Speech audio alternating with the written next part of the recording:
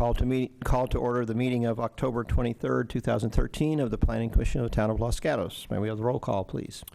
Commissioner Sayoc. Commissioner O'Donnell. Here. Commissioner Talasfor. Here. Commissioner Bourgeois. Here. Commissioner Birch. Here. Vice Chair Smith. Here. And Chair Erickson. Here. Will you please stand and join Commissioner Smith in the Pledge of Allegiance? I pledge allegiance to the flag of the United States of America and to the republic for which it stands, one nation, under God, indivisible, with liberty and justice for all. The Town of Los Gatos and the Planning Commission strongly encourages active participation on the part of the public in the deliberations of the Planning Commission.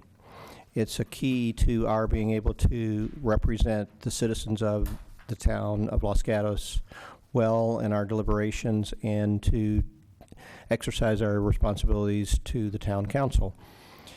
There are a number of ways in which the public can participate in the deliberations of the Planning Commission.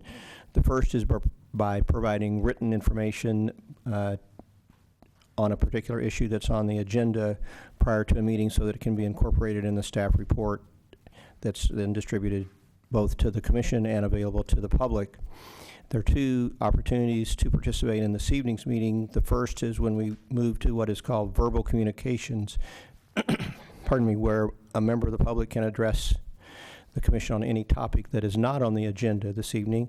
The second is an opportunity for the public to address the Commission on any item that is on the agenda.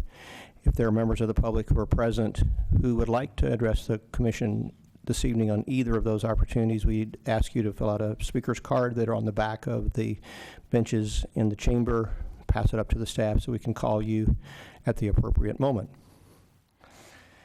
We have minutes from the meetings of September 25th and October 9th that were distributed with the packet to the Commission. Are there additions, corrections to either of the minutes or a motion to approve? Commissioner Bourgeois. I move to approve both sets of minutes from September 25th and October 9th, 2013 as submitted. We have a motion, Commissioner Sayoc. I second the motion. We have a motion to adopt the minutes of both September 25th and October 9th, 2013 of the meetings of the Planning Commission as distributed with the packet by Commissioner Bourgeois, second by Commissioner Sayoc. All in favor say aye. Opposed? Passes unanimously. I don't believe we have any written communication desk items this evening. We have one requested continuance this evening's meeting, which is agenda item number 1, which is requesting approval to construct a new single-family residence at 15644 Shady Lane, lot number 3. The staff has recommended this item be continued to November 13th, since the applicant is still working on the materials that they would like to present to the Commission.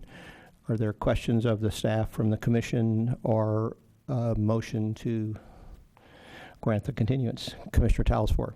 I'll go ahead and make the motion to grant the continuance for, if I may through the chair, for application S13-035-15644 Shady Lane, Lot 3.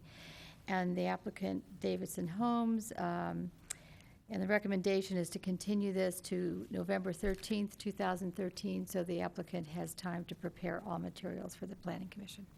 We have a motion from Commissioner Talasfor. Commissioner Birch. I'll second that motion. And a second to continue agenda item number 1 as referenced by Commissioner Talasfor.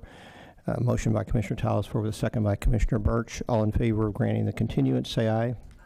Opposed? Passes unanimously. In addition to their service on the Planning Commission, members of the Commission serve on several town committees.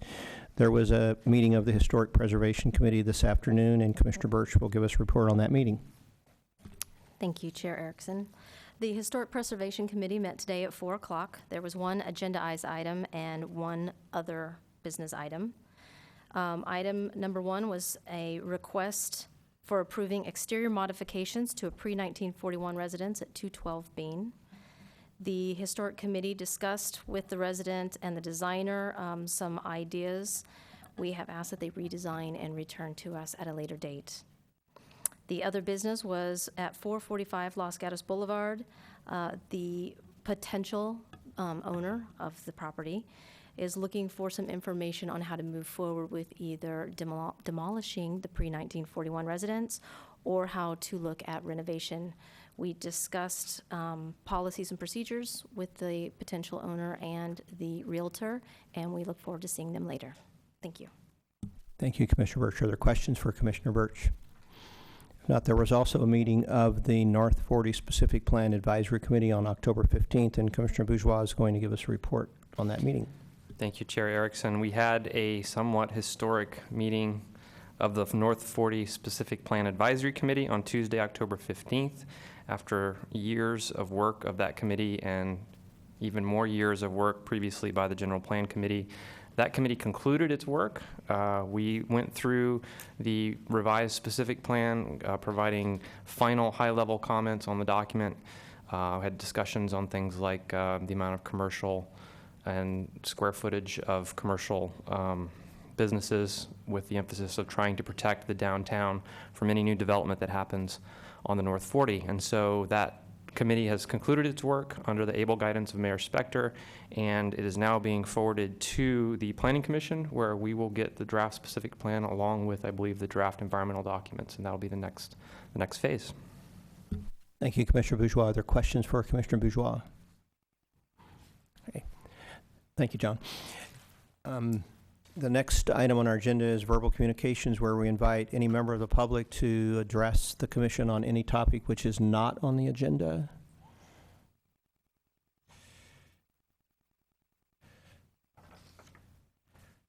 It doesn't look like, oh, go ahead. Technically, hi, my name is K. Christopher Branch, and I'm an attorney on the number 3 matter on the agenda, and I'd have a request for priority. I've got a 3-hour drive after this meeting is over, and if it's not going to take a substantial amount of time, if we could take it out of order, I would just appreciate it. Let me ask my fellow commissioners if anyone has a concern about that. I think we'll do that as a reasonable accommodation. Do we have any other members of the public who would like to address us on an issue which is not on the agenda?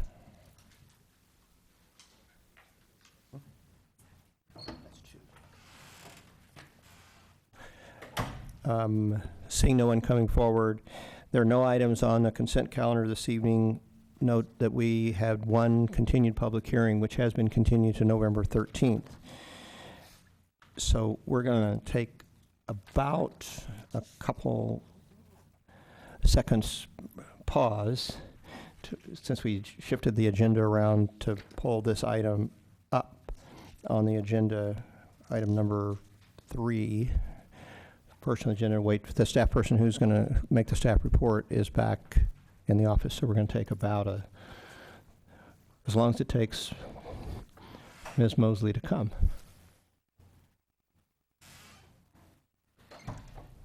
Okay, the next item on our agenda is a public hearing considering conditional use permit application U-13-015, requesting approval to modify an existing CUP for an existing restaurant, which is Palacios, that has full liquor service. Oops, I'm doing the wrong one. Oh, 3, yeah, sorry.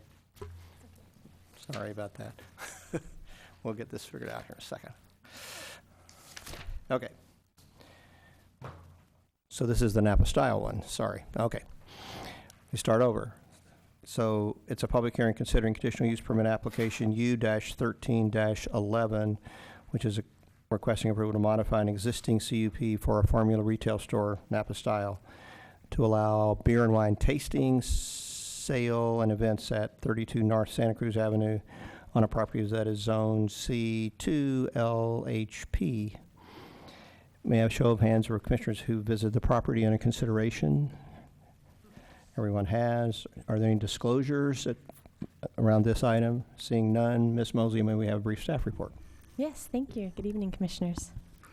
The application is to modify the conditional use permit for an existing formula retail tenant to add wine and beer off-site sales and to provide sample tastings during regular business hours of 10 a.m. to 6 p.m.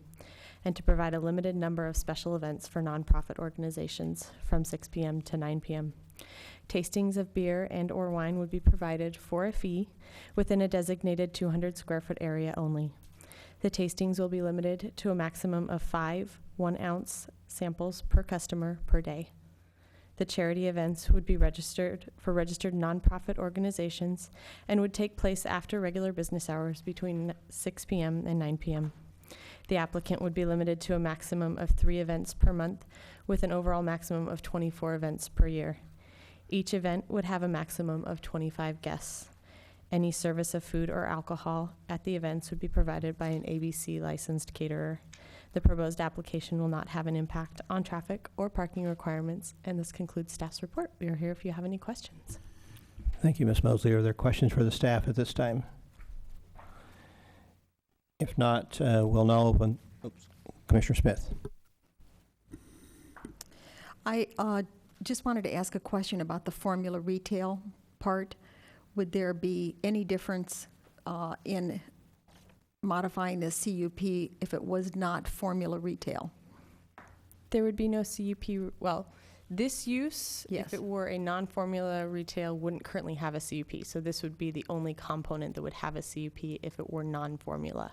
All right, and then my follow-up question is, this CUP was granted to Traditions, and then Napa Style moved in, so this is really, it runs with the land, obviously, so it was Traditions that was the formula retail. They were the first formula retail, and Napa Style took over about 7 years ago. And a formula retail is defined as having 7 or more locations? Correct, retail locations. Thank you. Commissioner Talasford. Yeah, can staff remind me, in a existing CUP that's coming before for an amendment, can a condition be put in that's specific to that business? I don't mean style of business, but I mean that particular business, Napa Style. What kind of condition are you thinking Well, of? I mean that if this idea goes forward, because the CUP runs with the land, and we don't know who would come in after that, what I'm asking is, can it be limited to Napa Style?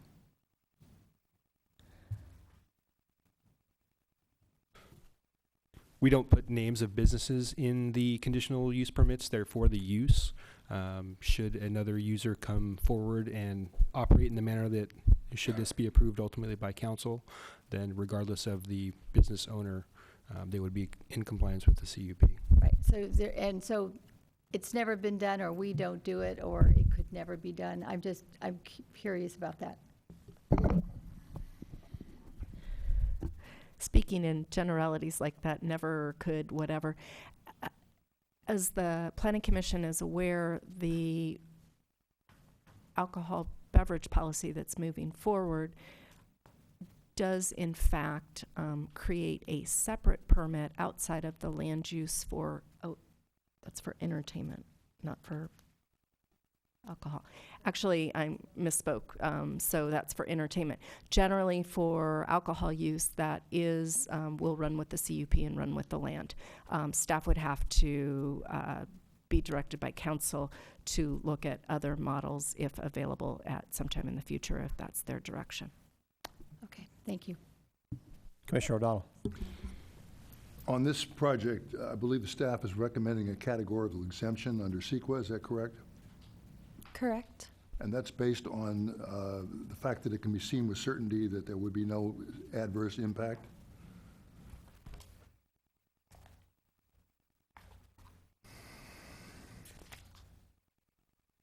Correct. That is the categorical exemption used in this case. Now, I'm wondering if you consider the cumulative impacts. I notice as I sit here week after week and month after month and year after year, we have changed the nature of the sale of alcohol, certainly in the downtown. We've also, therefore, changed some of the hours in downtown. We continually say it has no impact, notwithstanding that obviously at some point a cumulative impact would occur. Was some consideration given to cumulative impact? This particular application, the existing conditional use permit is permitted to operate until 9 p.m. The proposed use would not exceed that even with the special events. So there is no intensification or additional hours proposed. Thank you. Commissioner Bourgeois. Thank you, Ms. Mosley. So the tasting area is supposed to accommodate no more than 9 customers at one time, I believe, but the special events are up to 25. And so I was a little confused by that because there's supposed to be a barrier designating the area, and it looks like it's movable stanchions and ropes. And then I'm assuming that's okay. It looks like the police did not have any concerns with it. So if you could just resolve those things for me, and how are we going to make sure that it's only 9 people if the barrier is movable? The barrier that is being proposed by the applicant is what ABC requires. If you have any comments in regards to something that, as far as an issue that you are concerned in regards to that, we can give direction. You are free to give direction to the applicant in that regards. As far as the special events go, that area will be closed off during the special events, and the special events will happen throughout the store, the rest of the store. Commissioner Sayak. Okay, my question is specific to page 2 of the applicant's statement of justification. Under current use at the bottom, the last paragraph, it states that if they're the ones that'll be applying for the ABC license, in the event that they are not able to get it, they would lease out the use. And so my question with regards to a CUP is, can you lease out the, if we allow Napa Style, in this case, they're the applicant, to do the wine tastings, and they're unable to get their license, can that then be transferred to someone else? The use would still have to operate in compliance with the conditional use permit, but the applicant would be better qualified to speak on that specific element. If you have concerns about that element, we can include language within the conditional use permit or otherwise modify that. Okay, so let me ask it a different way then. So the CUP that we're granting is for the use of the tasting on that particular site, regardless of who is actually the ABC permit holder. Is that then? Correct. Okay. Okay. Commissioner O'Donnell. Is it correct that if there are special events and you have an ABC licensed caterer, alcohol can be served unrelated to the wine tasting?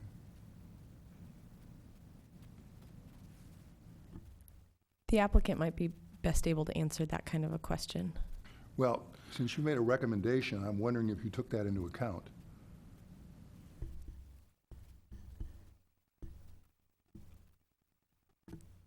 Could you reframe your question for me then? I've read the report to say that if the tasting notwithstanding, whether it's closed or not, and you've told Commissioner Bourgeois that it would be closed, if you had a special event of 25 or less, and you had an ABC licensed caterer, you wouldn't need an ABC licensed caterer if you weren't going to sell alcohol. So I assume that on these special events, either alcohol will be sold or given away, whatever they do, but there will be alcohol. So I'm just asking you if you took that into consideration in your recommendation. Yes. The caterer would be, if they're going to serve alcohol beyond 1 ounce pours, which is what their ABC license would restrict them to, that or off-site sales, then they would have to have another entity or the caterer would have to have a separate ABC license that allows them to actually serve alcohol beyond those 1 ounce pours. So this use then would involve tasting and the general use of alcohol, limited, however, to special events. Correct. Thank you. Commissioner Smith. Just a follow-up to that, Ms. Mosley. Am I correct in understanding, however, that if a business wanted to have a special event where alcohol was served, there is a special event alcohol or permit that could be provided or applied for by that business for that one event? The police department issues special event permits. There are certain requirements. These types of events would usually not fall under those requirements. I do not know the exact specifics of those, but this type would not fall under that. No, I know that type would, I know what we're looking at in general would not fall under it, but if Napa Style wanted to have a charity event on the 12th of whatever month, either they or the charity could apply for a special permit, am I correct, to serve alcohol? They could, within the requirements that the police department authorizes those. All right, thank you. Commissioner Talaswar. Right. And the reason I think we're asking these questions is before the applicant comes up, we'd like to have some understanding of what we're reading. So I had a question here because in condition 7 of the staff report, it says in part, where is it? Hang on. It says in part, events shall be limited to the maximum of 25 guests per event. And then it says the events may be served by an ABC licensed caterer. But if you go to the letter of justification from the applicant, they're very specific in saying that these events, while there would be no usage fee charged to the charity, the charity would, applicant would utilize, this is what it says, it's sentence number 1, it's under charity catered events, number 3, and it's sentence number 3. Applicant would utilize ABC licensed caterers to serve food. So they've actually, their intent is that will be. So my thought is I would like to see that intent and that usage of words in the condition, because there's too much ambiguity as far as I'm concerned with that condition. That can be changed. The reason why staff included the verbiage of may was that not all events not all events would be required to serve food. I understand that, but we need to tighten it up. So that just to clarify that I didn't misread that. All right, thank you. Commissioner O'Donnell.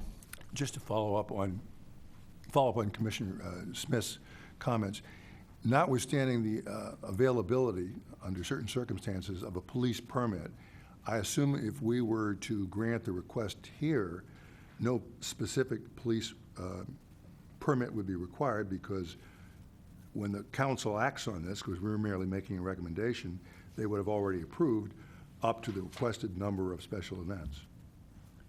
Correct. All right, thank you. Other questions?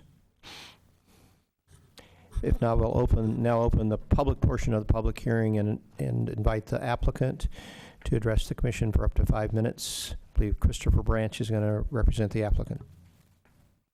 Thank you, Commission, for hearing this matter. I've got no comments other than what's already been presented. I think Ms. Mosley properly answered the questions as far as the applicant's concerned, but I'm happy to entertain any additional ones or any additional concerns that you may have. So I have a question for you first before I call the question. Actually, before we start, though, I did notice one typo error that we should cover. Excuse me for interrupting, but it's on page 2 under analysis B. The first sentence there should be tastings of beer and or wine. Somehow the word wine got taken out under B. On page 3 of the October 23 report. Under analysis part B, tastings. That should be beer and or wine. Sorry to interrupt. Okay, that's fine. Thank you for the clarification. So let me be sure that I understand and the fellow commissioners understand. So the intent is to limit the tasting and sale of beer and wine to the regular operating hours of the store. Correct. Which closes at 6 p.m. Correct. Special events would be sometime between 6 and 9, so the store would be closed, so the only activity going on in the store at the time there were a special event would be a special event. Yes, correct. And let me add one more part to that didn't get covered in the staff questions, is that what would have to happen is the license for the tasting area with the ABC would have to be suspended or taken away from the premise during any special event where alcohol was in fact served. So there would only be one operative ABC license at the premises at any one time of the day. And the more practical way to do that is you simply suspend the privilege of the wine tasting for the day in which the special event is done. So therefore, it's a full day, not a several-hour window is the safe harbor there. Thank you for asking my follow-up question before I ask it. You're welcome. Commissioner Birch. Do you currently have this business model at all of your stores? Actually, there's only one other store now. And yes, the business model has been implemented in the last week at the Yountville store. Okay, so this is new. This is not something that's been happening historically? This is something that happened in Orange County, and then they closed that store down in Southern California. And then we just restarted it again in Yountville, and we'd like to start it here as well. And do you see this being the tastings will happen every day? Correct. And any day is when the special events could happen? They're not limited to weekends or anything Correct. else? It's whatever works for the charity. Often, Thursdays and Sundays work better for charities than Saturday nights that are particularly busy. When we've done these events in Orange County, Sundays and Thursdays were the preferred dates for the charities.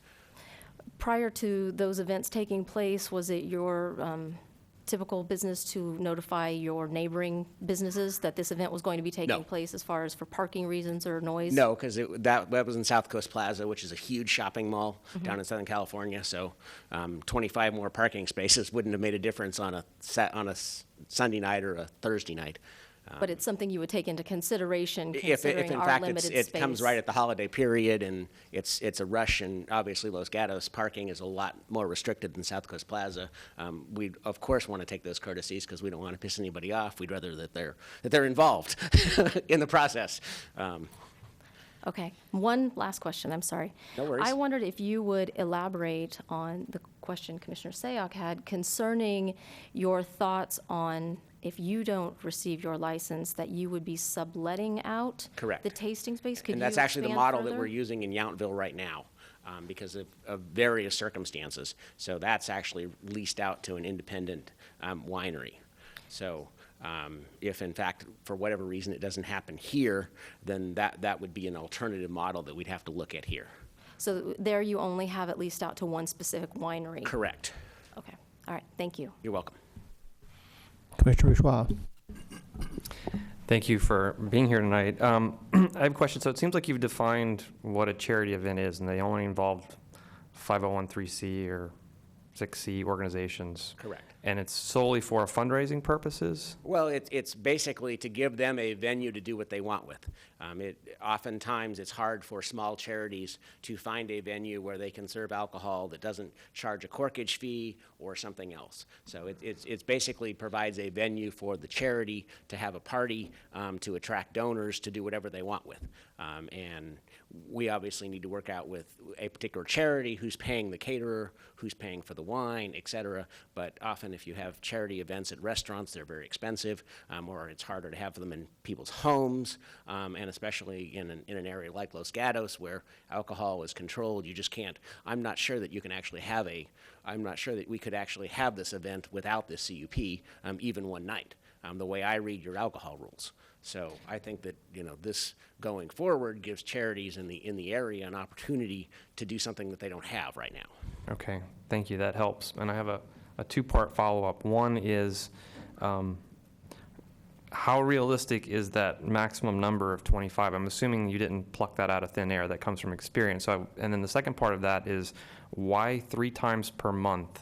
I mean, that, again, I would just, do you really expect to have 36 of these events a year? No. And why did you choose those numbers?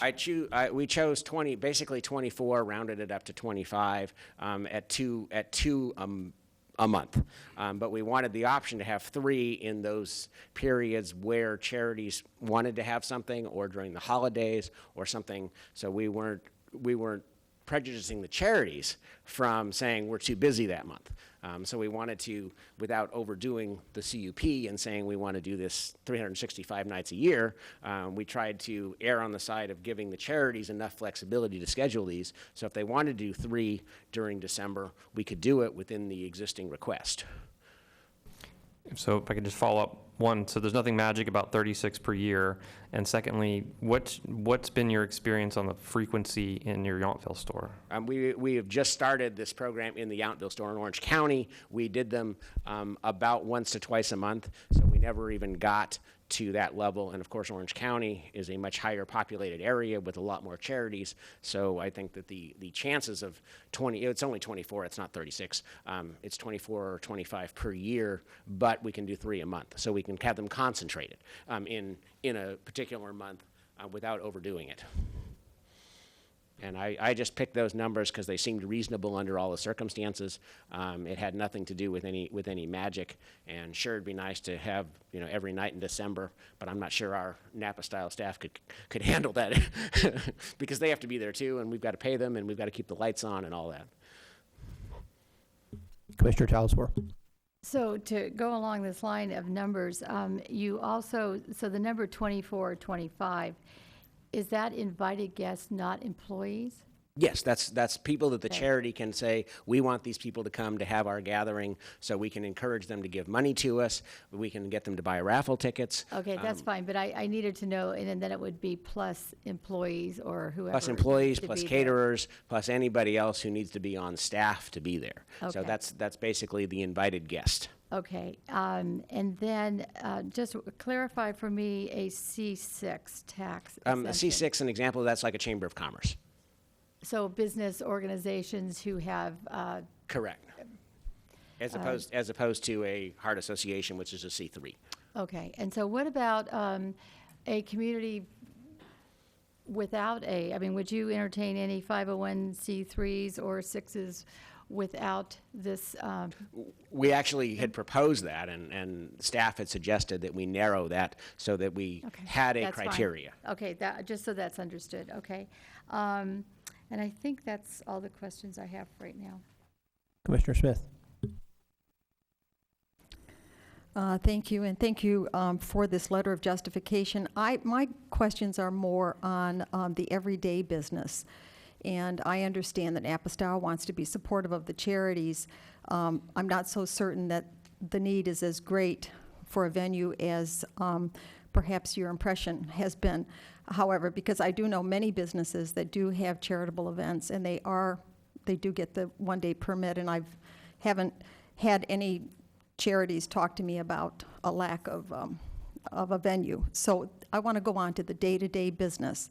So the day-to-day business that you're introducing here is beer and wine tasting. Is that correct? That would be every single day, Beer and 7 wine days a tasting, week. as well as beer and wine sales of actual full bottles, not cold bottles. We won't have any cold wine storage available for purchase. That was a staff recommendation as well. Well, I noticed that in your letter on page 3, you do say that you're going to have a refrigerated non-fixture case as well. That's for the wine tasting, because certain of the white wines have to be tasted chilled. So we have to add that, but we won't sell the wines out of there. We'd only sell them at room temperature. Okay, so let's go back to what I'm trying to get in my mind is that the need for this business, this part of the business, in the downtown area where you are now, and I'm wondering who's competing with Napa-Style that Napa-Style feels the need to move into the wine and beer business versus the home accessories business. Well, Napa-Style is sort of a wine-oriented business. And Napa is sort of the name for wine around the world. It's been the name that China, it's the only geographical indication that China is recognized for wine. So it's a worldwide name tied to wine. So it basically extends their marketing of basically the Napa wine California lifestyle. And to go in there and not have wine for sale of the particular boutique quality that they're used to selling doesn't make any sense. So to not be able to go do that and pick that up. And sure, you can go to the grocery store, you can go to probably any number of other wine stores within the city limits and pick up the same similar wines wherever you want. So it's not as if those people aren't being served, but certainly from time to time, people who come in and buy candles or housewares or placemats or the oils and salts that Napa Style sells, it would be nice for them to be able to pick up a bottle of wine at the same time or taste it. So all it really is an extension of that whole Napa lifestyle that fits within the business model. And then, so this would be a reasonable business for any houseware store? Would that be a fair question to Well, ask you? there's actually a number of houseware stores in the county of Napa and the county of Sonoma that have exactly the same business model. Correct, You can but- walk around the Sonoma Square, and there must be 6 or 8 of these. No, I understand, but we're not talking about Napa, we're talking about downtown Los Gatos in the Correct. Central Business District. Okay, so this is why I want to clarify that Napa Style feels that there is a need to be filled, and your company is going to fill it by having a beer and wine tasting room. Am I getting all of this correct? It's a need, but it is also an additional way to market their own household and their own wine-oriented houseware and furnishings. So it's an additional marketing element for them. It's also a way to sell some of the liquor, or I should say the wine and beer that's created locally, as another avenue for those local vintners to sell their wine. Okay, just for informational purposes, I know you said that you sublet space in the Yountville store to a winery. Is that Mr. Chiarello's winery or a different winery? It is Mr. Chiarello's winery. Okay, so. Chiarello. Chiarello. Okay, thank you. That's all my questions for now, thank you. Commissioner Talsworth. So getting back to the service inside the store every day, what are the store hours right now? 9 to 6. Or 10 to 6. 10 to 6. And so this wine tasting would be available to anybody coming in Correct. from 10 to 6? Correct. Okay. I don't know how my other commissioners feel, but would you, how would you feel if we limited some of the hours? It wouldn't be ideal, because then you've got 2 clocks to watch. You've got, okay, the store's open, but we can't open this yet. That's a condition that often the ABC puts in that we like to avoid, because it just causes some confusion. And then whose clock is right, and if it's 9:59 or 10:59 or Okay, 4:58, well, I needed to know it that. just gets a little dicey. So, and would Mr. Chiarello's wine be featured? Actually, no. It Not in probably couldn't be under a whole bunch of rules.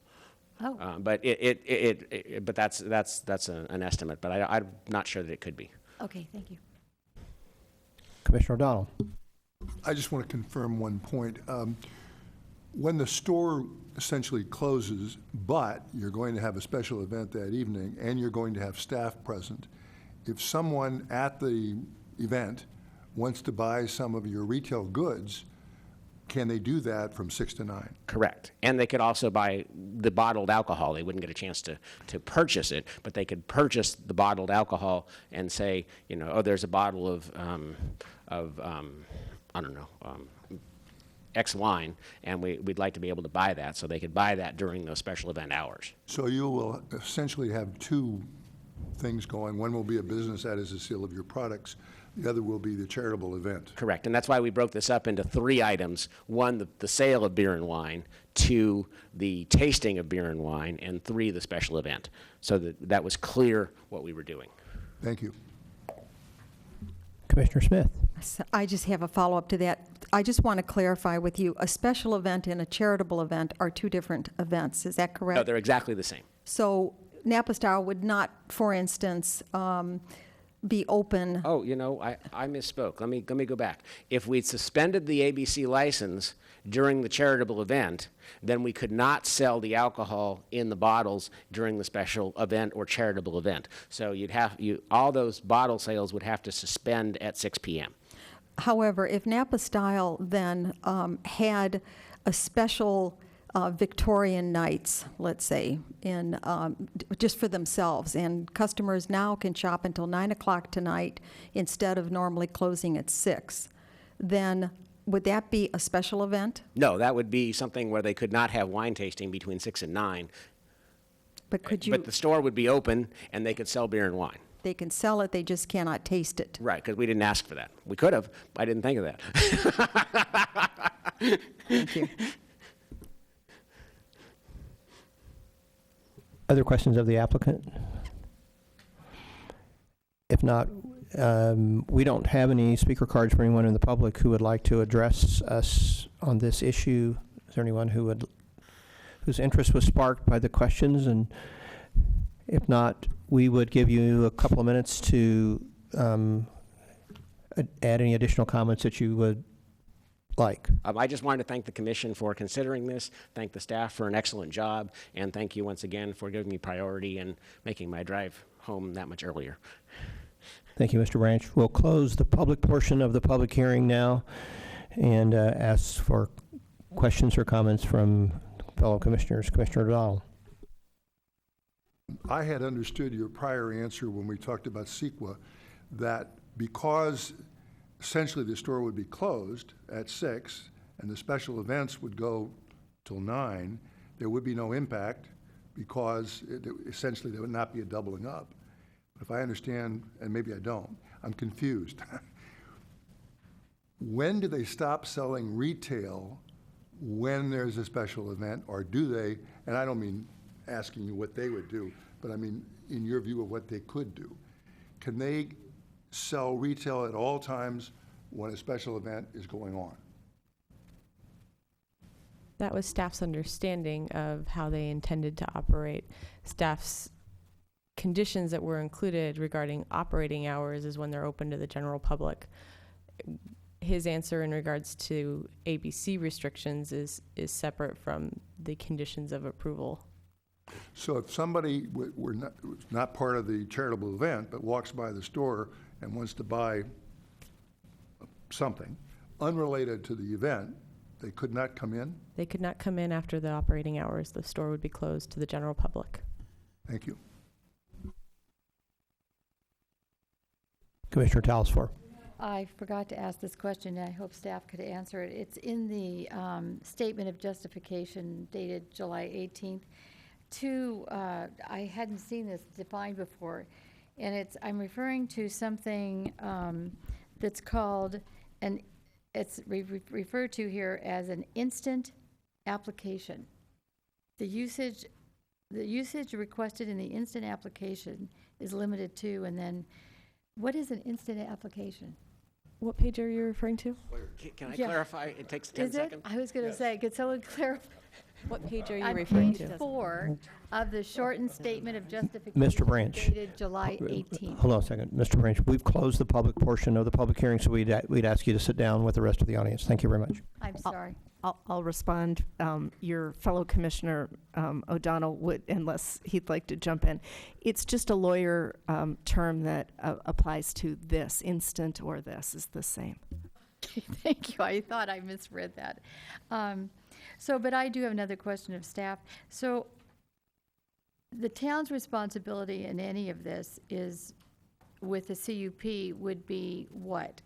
And how would any of these events be tracked by the town? Or is that not something the town would do or be concerned about? And I'm concerned about it just because of the alcohol portion. If the commission would like to include a condition requiring that they provide documentation to the town on some form of regular basis, the commission could do so.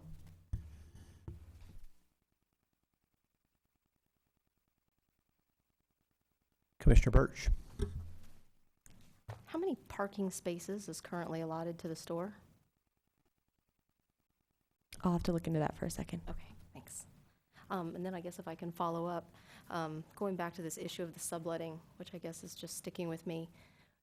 If that's written into this, that if they don't receive this license and they want to sublet a tasting area, then with the CUP moving forward to future tenants, they could feasibly set up a tasting area, not get their alcohol license, and sublet out that space. That would be something that would then stay with the CUP for that property? Correct. Okay, thank you.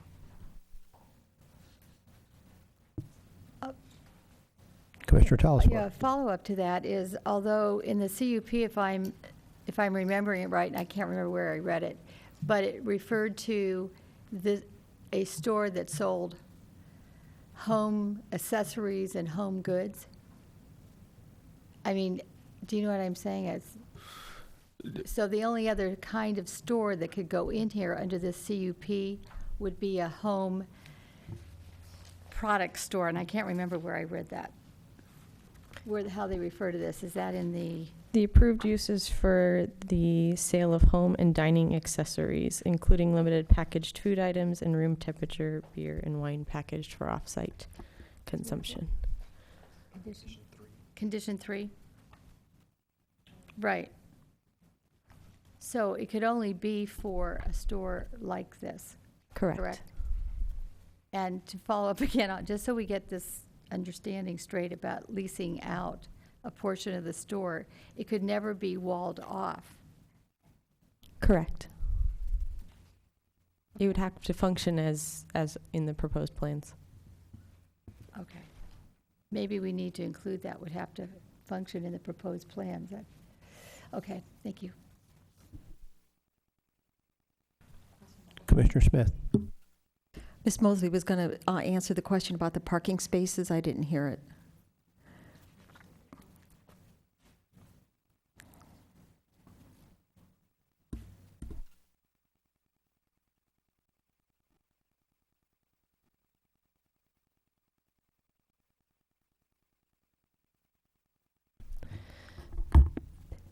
The suite has a minimum of 7 spaces. They may have additional spaces within the parking district that we don't have access to at this moment. But they have a minimum of 7 based on square footage of the suite. Commissioner Birch. So I guess then my question following that, 7 spaces, obviously, if they're having an event with 25 people plus catering plus their own staff, how do we account for that parking, say, on a busy Friday night? I mean, we're crowded downtown with parking, and I think as we're seeing the new developments with the entertainment and the alcohol policies, we are starting to see this compile as a larger problem. Is there anything in particular that we do with stores where perhaps they have a specialized parking fee, or anything that they can do associated with these events to reserve parking to minimize impact? No to the second half of your question that I'm aware of. As far as so staff, you can provide direction if you feel the 25 is too great and reduce that. When staff considered this number, we looked at a restaurant, for example, and that the parking requirement for seating at a restaurant is based on 1 per every 4 seats. So they would be well within that range as far as 25 seats within with the 7 parking spaces. So that was how staff considered that was in line with our parking requirements for that use. Commissioner Sayat. I'm just going to follow the parking questions. So for retail, the parking criteria is determined by square footage. And so that's how the 7 spaces were allotted, based on the square footage of this. It doesn't take into consideration the hours of operation?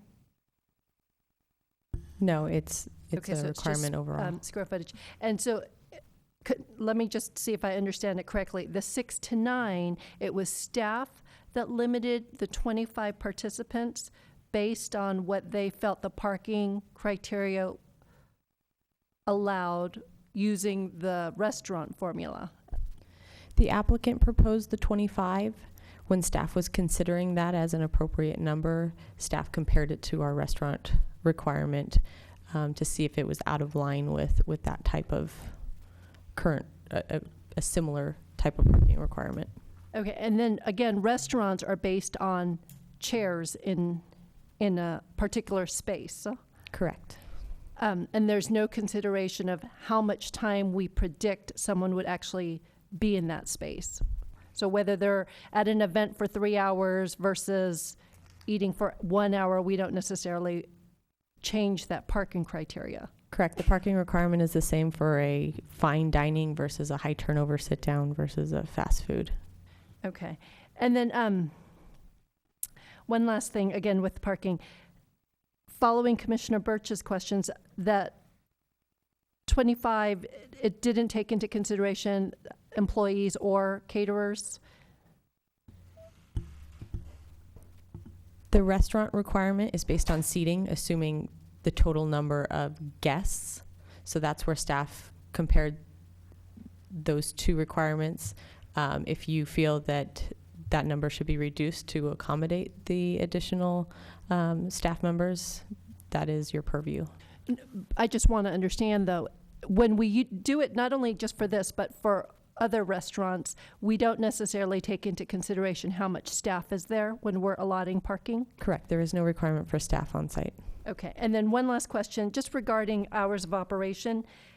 So in the CUP, it says 9 to 6 p.m. daily, but it sounds that during the 6 to 9 special events, retail will also occur.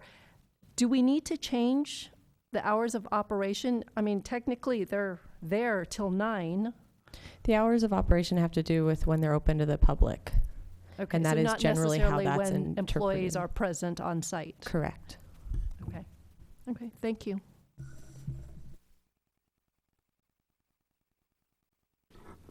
Other questions, comments, thoughts, motion? Take a break. Commissioner Smith. I'm not going to make a motion quite yet, but I will state my sense of this application.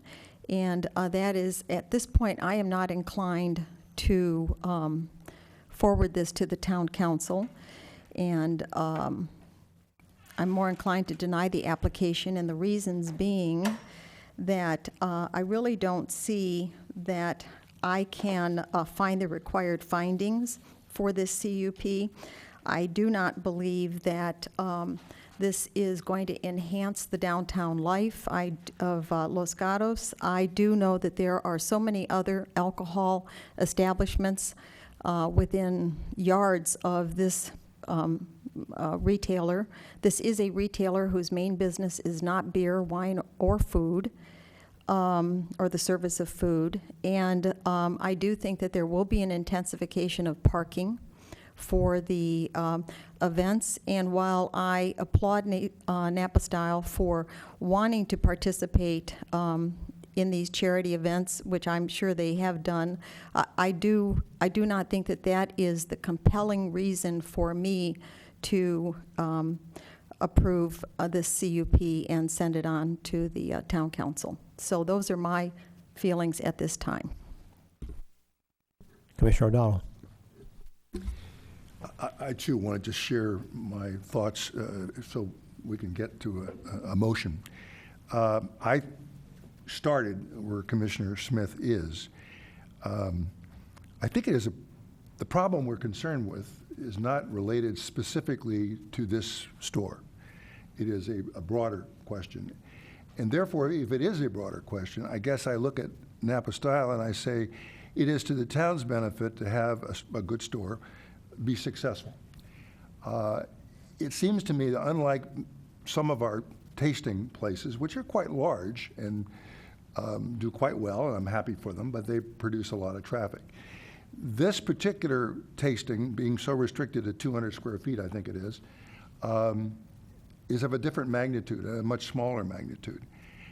And therefore, I'm torn between wanting an existing businessman there for 7 years to do as well as possible and better than presently, which is I'm sure is fine.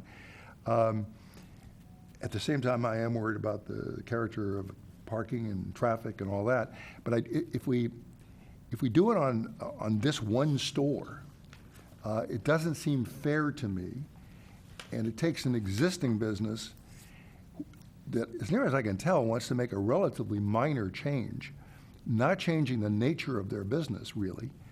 And therefore, I'm torn. And I guess I'm saying I'm leaning more to supporting it for those reasons. So I just throw that out because I think Commissioner Smith is making very good comments that are well taken, and I started the meeting with the same comments in mind, but I'm kind of now waffling.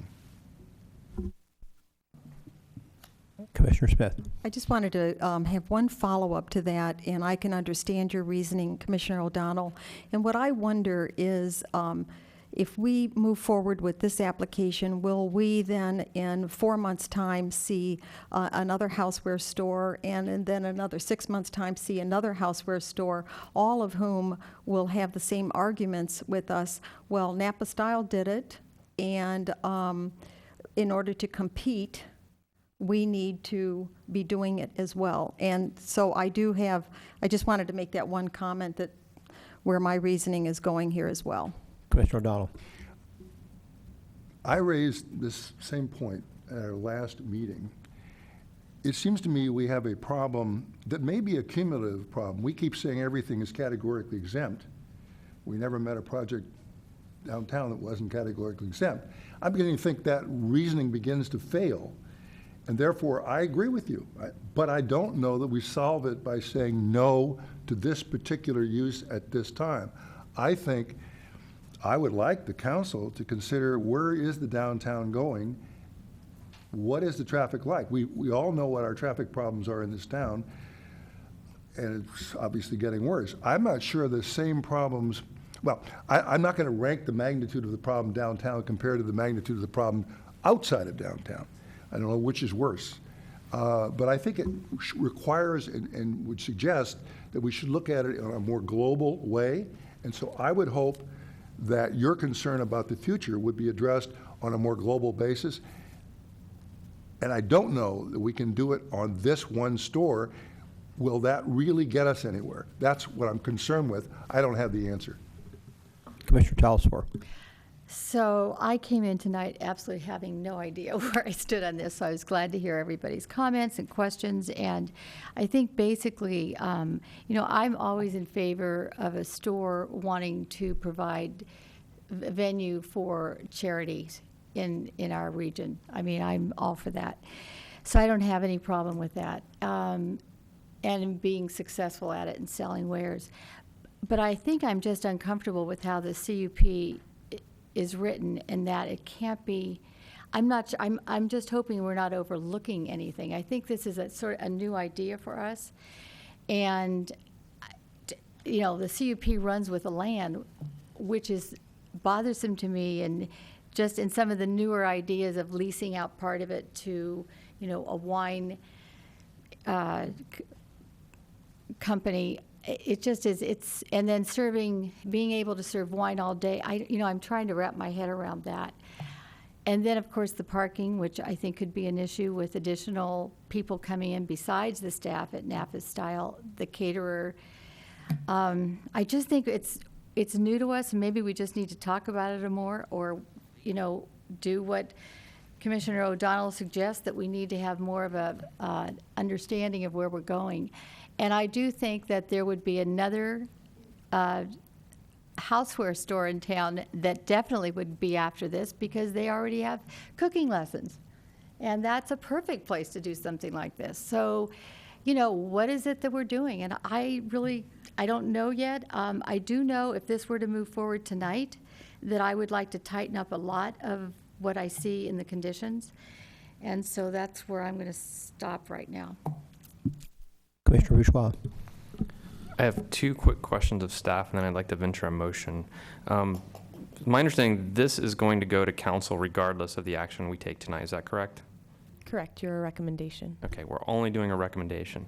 So it seems like we have three things before us. We have the tasting, the sale of beer and wine, and the charity events. Would it be possible to make recommendations on those three things individually in a motion? I think your best bet is to recommend modifying of the conditions, or of the use condition in particular. But However, you could individually, if you have more concern or less concern with one of the three aspects, then you could provide that in your direction to council as it moves forward. Okay, so I'm going to venture a motion. I appreciate all the comments that have happened, and I'm tending to agree with Commissioner Smith. And what it comes down to for me is item number 3 in the conditional use permit, the use of this. This is a formula retail business for the sale of home and dining accessories. It seems a very odd fit for a home and dining accessory store to have wine tasting. It makes perfect sense for this particular applicant because of the Napa brand. But we're looking at a CUP, we're not looking at an individual business. So for that reason, it seems a very odd fit to me, and I'm having trouble getting past that. So what I'm going to recommend to council is that we recommend approval with the following changes to the conditional, to the conditions of approval. That would be in number 3, that we would exclude the second sentence in number 3, which says including limited packaged food items, room temperature beer and wine packaged for off-site consumption. That be struck. Item number 6 is removed completely. And that we keep in number 7, but that we define charity event a little better in the way that it's defined in the applicant's letter, so that it's clear, and that a future applicant can't define a charity event in a different way. And so that would be my motion to make that recommendation to council. We have a motion by Commissioner Bourgeois. Commissioner Talsfor. Right. I may second that, but I do have a question for the maker of the motion. And that is, the store right now sells packaged food items.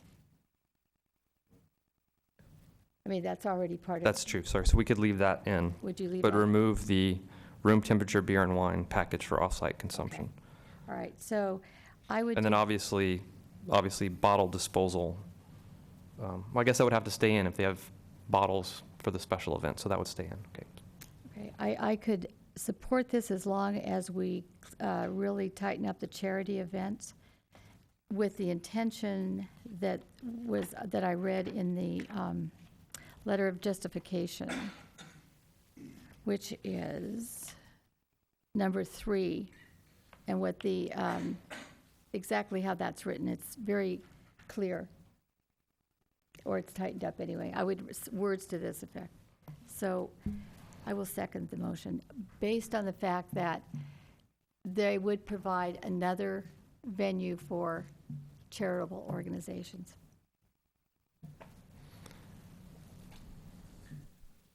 Commissioner Bourgeois.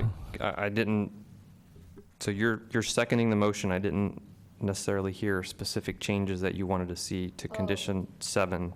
I'm not going to support something that was that kind of nebulous. If you'd like to see specific language changes, I'd like to know what they are. What they are? Well, in the paragraph 3, that's on page 4 of the letter of justification, it really calls out that entities with IRS 50C3s,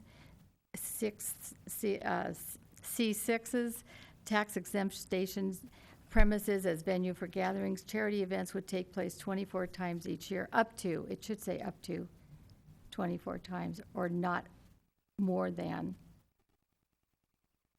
And gatherings would take place after normal business hours. Applicant would utilize ABC licensed caterers to serve food and wine throughout the entire store, limited to 25 patrons, all of whom would be over 21. And I think that's where it would end. Yep. Okay. I'm not going to my reading, my suggestion was to define charity events, which does include that language in the first sentence you referred to, the 501c3 and C6 exemption status. To my reading, everything else there is covered just more succinctly.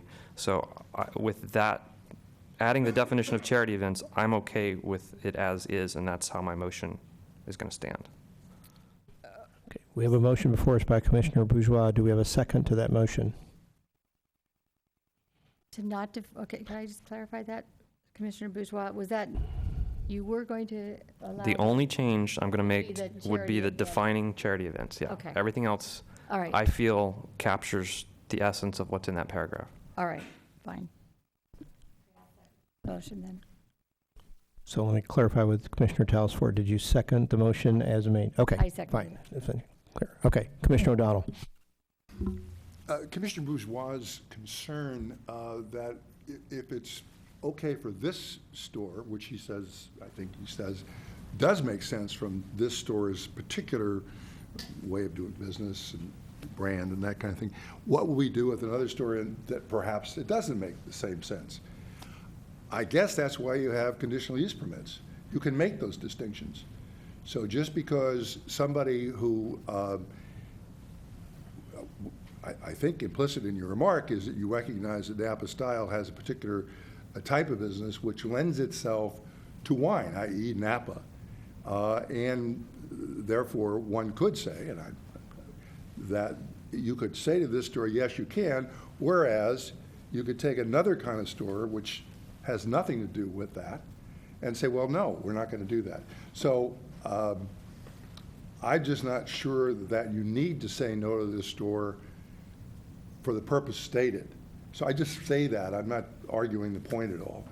I would not have a particular problem judging each store on its own merits, and I think that's the basis of a conditional use permit. And that's all I wanted to say. Commissioner Uswa. If I could just respond to that. I don't disagree. My concern, though, is that if Napa Style goes out of business in 16 months from now and a new home and dining accessory store moves in, it might not make sense for that one because, you know, they're not associated with the wine industry. So the way this CUP is written, it doesn't make sense to me for that particular, for this running with the land. Commissioner O'Donnell. One final thing then. I think that's a very good point, and I didn't cover that. However, I guess I asked the question, I'm not exactly sure why one could not modify this modification of the use permit to say that so long as the use continues to have wine-related activities and or brands such as Napa Style. Now that's kind of vague, I'll give you that, but it does allow, I think, some discretion there, because the only reason we think this might make sense from Napa Style is for reasons that if you had to sit down and draw up a list, might be more difficult than not. But it does seem to make sense to more than just me that this is a store that associates itself with the Napa Valley and with wine. And I guess, therefore, I'm not as concerned about some other store that has no such footing. But I can realize that somebody might say that's far too complex. I just wrestling with it myself, that's all. The motion as made I can't support because the logic, while I would accept the logic for the moment, the logic wouldn't lead me to, in keeping the charity events in and eliminating and allowing alcohol service with them. My sense is the proposal was a package deal from the party that proposed the modification in the CUP. So it seems to me that either we accept their package or we don't accept their package, and it isn't fair to them or not consistent with their proposal for us to pick a piece of it that we're comfortable with and say that's okay with us, and not to either. So we should, I could potentially support a motion which would say we don't accept any of this, but to cherry pick what we are more comfortable with from a package which they put together doesn't seem to me to be a reasonable conclusion. And if I may, I understand that, and I think the reason I asked the question of whether this is going to council regardless, this is just a recommendation. And what I heard from my fellow commission members was that we seem generally okay with the charity events. We're struggling with the tasting. Maybe I heard incorrectly. Again, I'm venturing a motion out there, so we're making a recommendation to council, and I think this is what we're struggling with, at least that's what I'm struggling with, so that's why I decided to parse it out. So I'll call myself first. So I heard the concern about parking related to events which would go up to 25 and then have additional staff when there was limited parking. So I heard a concern that isn't addressed by including that, but not including the other. Commissioner Birch. I'm going to have to agree with Chair Erickson on this. I had more of concern about the amount of parking at the special events. and the subletting than the actual wine tasting or sales. I think that that is the way we are ultimately seeing retail move, particularly in boutique towns like ours. May not be something we love, but I'm seeing it move in that direction. And I do see this more as a package. So I think ultimately I would not be able to approve any of it because I see an issue with the subletting, with the tastings. I see an incredible parking problem. I think we have a big issue in this town coming towards us, that all of these small applications are piling on one another. That I think is going to need to be addressed very soon. So that is why I don't think I could approve any of it, for my 2 cents. Other comments? If not, the chair will call the question. Just for clarity, could I ask Commissioner Bourgeois to restate his motion so that we're exactly sure what we're voting on? Sure. Recommend approval to modify the existing CUP for formula retail with the following changes to the recommended conditions of approval. Under item 3, we would remove the sale of room temperature beer and wine. We would remove item 6, tastings, completely, and we would clarify and define charity events under item 7. Thank you, Commissioner Bourgeois. And we have a second from Commissioner Telesfor. Right, with that modification, which is why I supported this, was because we could modify it to council. Okay. All in favor, please say aye.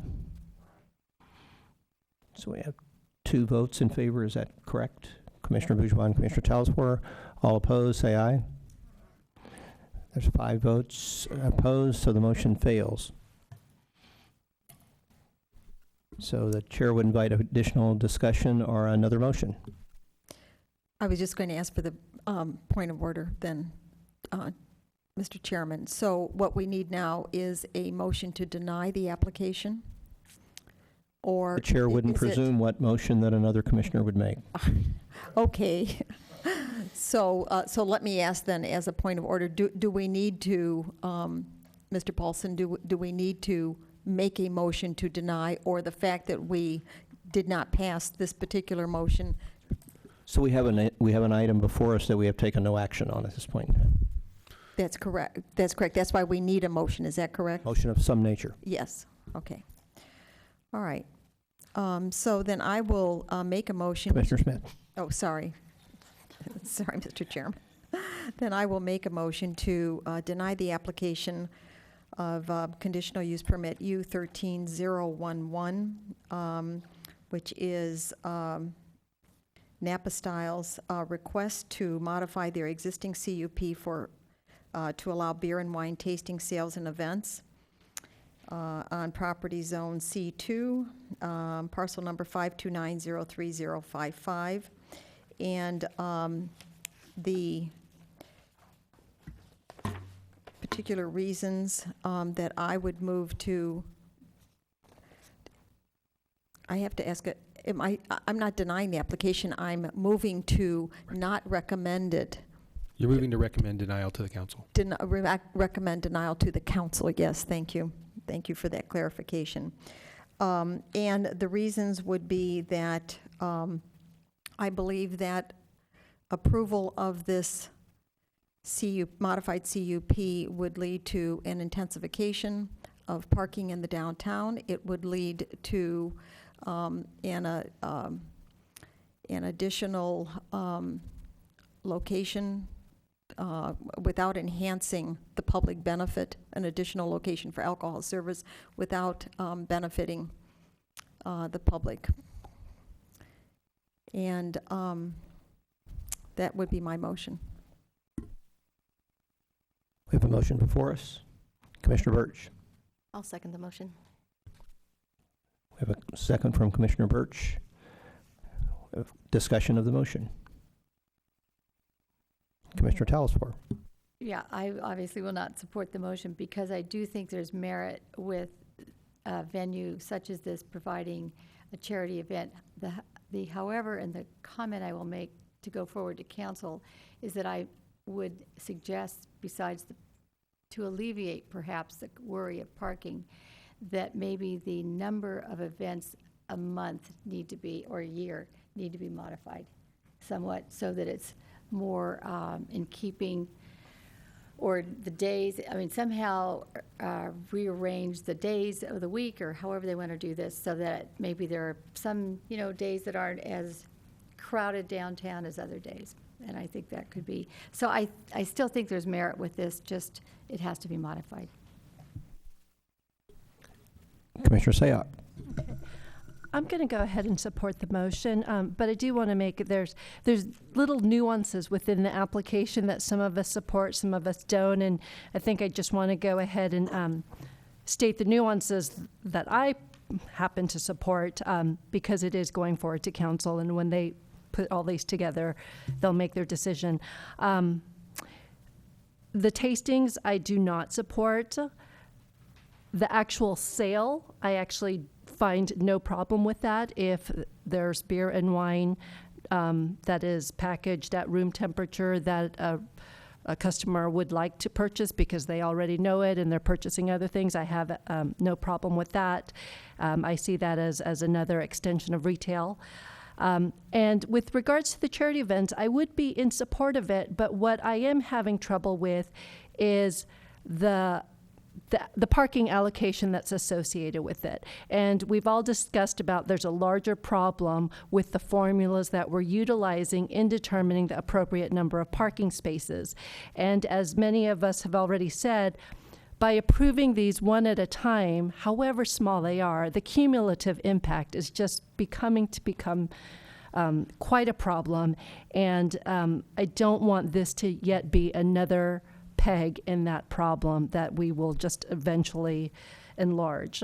So again, I'm supporting it, but there are different nuances within the application that I hope council really takes into consideration when they make their decision. Thank you, Commissioner Sayoc. Other comments on the motion? If not, we have a motion made by Commissioner Smith, seconded by Commissioner Birch to recommend denial of the modification to the existing CUP at this location. All in favor say aye. There's 4 votes opposed. So there were 4 votes. Motion carries. Did you record the 4-3 vote? Okay, thank you very much.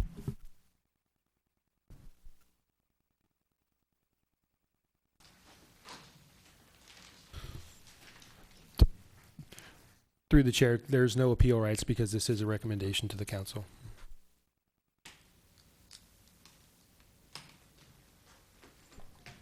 Now we're back to item number 2 on the agenda, which is a public hearing considering architectural site application S-13-050 and conditional use permit application U-13-20, which is requesting approval to demolish an existing commercial building and to construct a new office building at 16268 Los Gatos Boulevard on property which is zoned C1.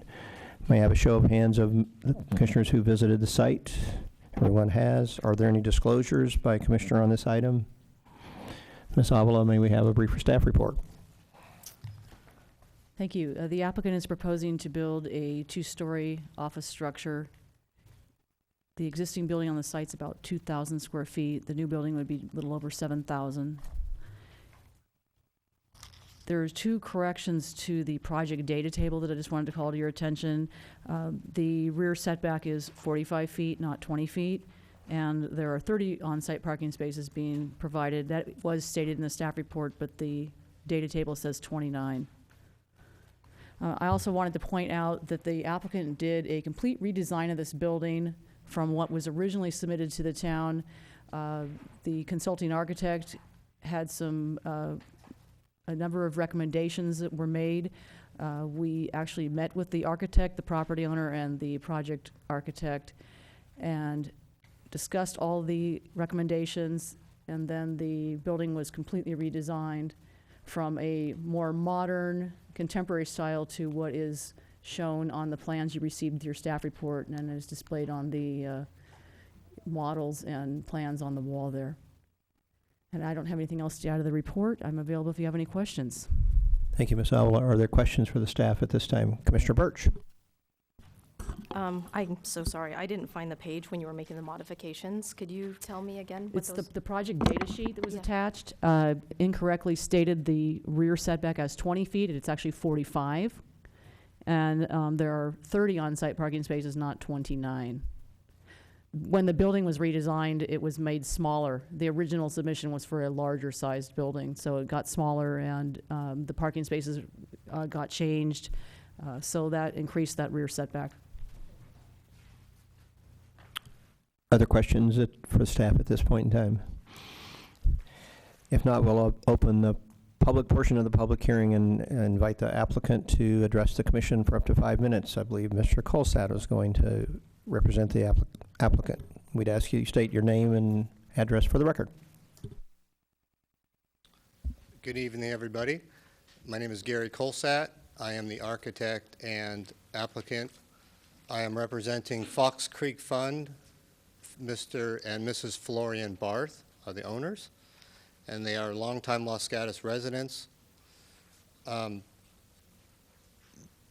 They came to me when they first looked at this property because they saw a few difficulties that we might face. It is a fairly narrow property. It's about 100 feet wide. There's a large, wide, 24-foot wide ingress-egress easement on the north side that serves the retail space adjacent to us.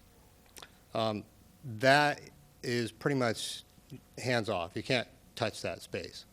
So it really confined and restrained where we could build. And as you know, everything is related to parking. So for every parking space, we get 235 square feet. So it's really important to maximize your parking if you want to have a building that not only will pencil out, but actually just be a viable space. So we did several designs. We actually thought that we would do some underground parking, and we dove into it head first, and we did several designs, and it just did not work at all. So then we went to on-grade parking. The design guidelines and the Los Gatos Boulevard guidelines call for parking to be placed in the rear and or side of the property, not in the front. So that was our main cue of pushing the building to the front, putting the parking in the rear. Our initial feasibility study that we submitted to staff actually had 32 parking spaces, sorry. And it was a column type of a situation where we had parking underneath most of the elevated building. We got fairly positive reviews from the staff, and so we moved forward, and what we submitted the first time was very close to that. I wanted to show you a picture of what we had. This is the front elevation of the first scheme. It was a very modern building in response to the owner's desires. The architect, Mr. Cannon, did not like it. He had several remarks, and we felt that we had to really have a face-to-face with him and sit down, and we had a great meeting, came up with a lot of solutions, which led to this building, which is the current application. We reduced the parking spaces by 2, mostly for landscape purposes, which also reduced the size of the building, and we were able to reallocate where the upper portion was. We pulled that back 25 feet to where it was in the back property. We also did a better job of concealing the parking underneath. We took away a lot of the columns, and we were able to use more solid walls that were shielding the parking. We have a couple openings in there for articulation. We have much more landscaping going on than we did before, and a lot more architectural detail, but mostly the architectural style itself is a big change. It's more of a contemporary prairie style. It still says office, but it has more of a response to the residential side of town. And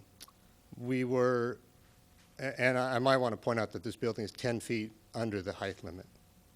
It's just a 2-story building.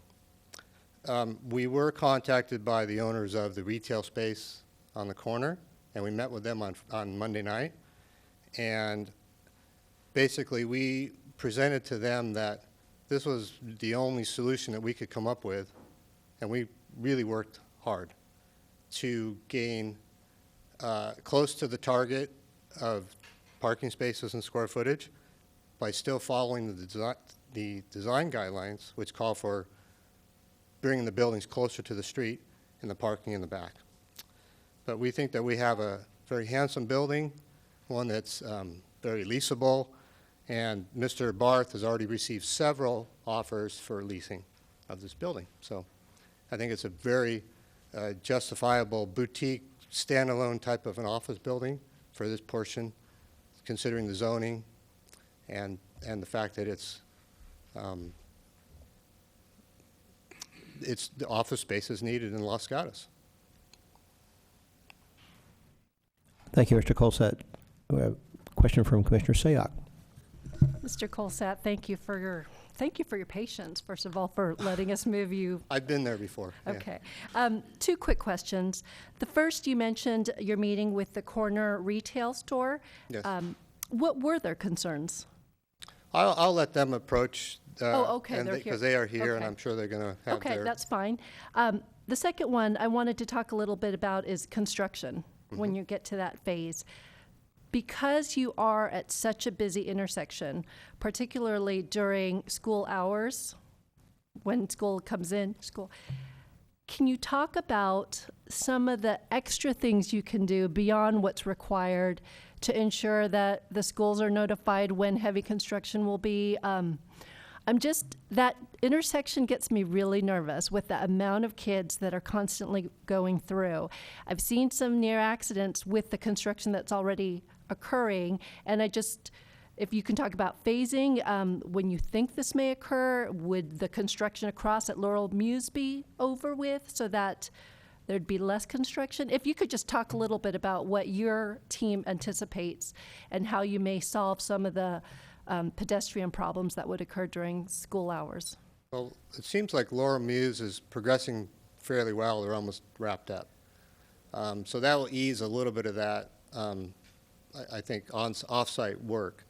It looks like there's enough land on here because we've pushed the parking into the required setbacks of the rear and the side, that those parking spaces do not have to be built till the end. So we have plenty of staging, we have plenty of construction truck parking, materials staging, those kind of things. And the contractor has an excellent track record with construction, and it's something that I have complete faith that he can deal with.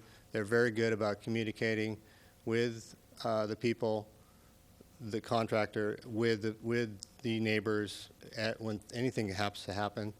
We deal with Public Works on a regular basis as well. So I understand that is a busy street, but there are a lot of busy locations around town, and it's something we have to deal with.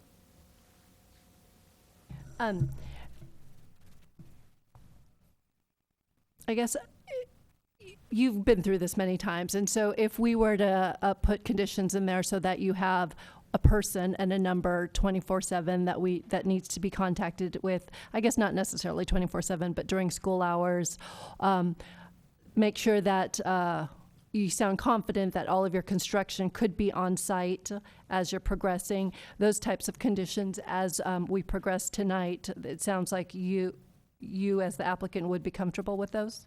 Yes. First of all, we would have a pre-construction site meeting with all the agencies involved. But typically where you find the most backup is when you have concrete being poured and you have the truck after truck after truck. We would be okay scheduling that after the school rush. That's fairly common as a condition. If you wanted to consider that, I'm sure we would be welcome to that. That's probably the biggest backup you're going to have. Otherwise, you just have occasional deliveries. Okay, thank you. No other questions? Commissioner Birch. Could you walk us through how you came to the decision that you were unable to do underground parking? The biggest hurdle is the 24-foot wide easement that's about 150 feet long. You can't use that for ramping at all. We are taking advantage of that for ingress and egress for our own property. We're not building on any of it, and we're not putting any parking on any of it, but we can use it because it's flat. Now you have to get ramps down underground, and that is a significant tall order to put the ramps down and then still have a place to build, because we are set back on the southern side by 20 feet because that's a residential property, where normally it would be at a 0 setback. And on the northern side, we would normally have a 0 setback, and now we have a built-in 24-foot wide setback. So it's extremely restrained. We did several options to look at this, and the most we got was about 28 spaces underground, less than what we have here, for a cost of $500,000, as well as extra C3 requirements that are, water control issues, et cetera. So very complicated these days to go underground. Thank you. Commissioner Talasfor. Thank you. Thank you for your explanation, and also for your letter and working with the town with all of your, redesigns on this. And as you know, this area that the building is in is extremely sensitive as far as the fact that we consider it a transitional area into town. And it's always been the desire of the town. And they make, there's paragraphs of it in the commercial design guidelines about how to make it, any building that were to be going into this area, to be very sensitive to the historical character of transitioning into that residential neighborhood around you. So I would like, if you could just tell us a little more your vision and how you've complemented or been able to identify some of the features in the buildings around where you're going to be placed, so that we can see how it fits in, because I'm having a little problem with compatibility at this point in your building. Okay. I am not sure that I read in the design guidelines that we are supposed to respond to the historic nature of the residential neighborhood, but pretty much just flat the residential aspects of that. And I may be wrong. I think that this building, with the roofs, the design has kind of a Frank Lloyd Wright look to it, which says it's not a big box. It doesn't have curtain walls. It has defined windows, which is part of what the architectural design guidelines talk about. We have a roof on this. It's not a flat roof. So we're responding to those typical residential elements right away. We have landscaping, and we have some symmetry going on there. So, but you have to really look at what's to the left and to the right and down the street and across the street. To the left is a retail building. So there's no residential, there's no historical there. To the right is church-owned property with these older homes, which eventually are going to change use. They are, there's the old brick house, and then there's another little bungalow that are just being used by the church. Who knows what the church is going to do? And then you have the church, which is obviously it's very contemporary, which is why Mr. Barth felt that we could do a contemporary design. We were responding to actually the church design, which is a pretty major element on this street, on that side of the street. Across the street, yes, you have Lower Muse, which are very nicely designed homes and respond to more of the historical character of Los Gatos. But then you have those, you have the condos or townhomes, whatever they are, that are more of a Spanish style. And those are set back. So and then a kitty corner across Shannon Foster, Roberts, as you have more retail. So yes, it is a transition. We felt that we didn't want to do something where Yoga Source is something like that style of building across the street. We felt we wanted to be a little more residential. By the way, we actually agree and concur with Mr. Cannon's directions that he led us to this place. We're very proud of this building. We think it's a very handsome and attractive building. I'm not sure if I answered your question. You did. Okay. You did. And we do adhere to what the commercial design guidelines talk about, and they did mention historic.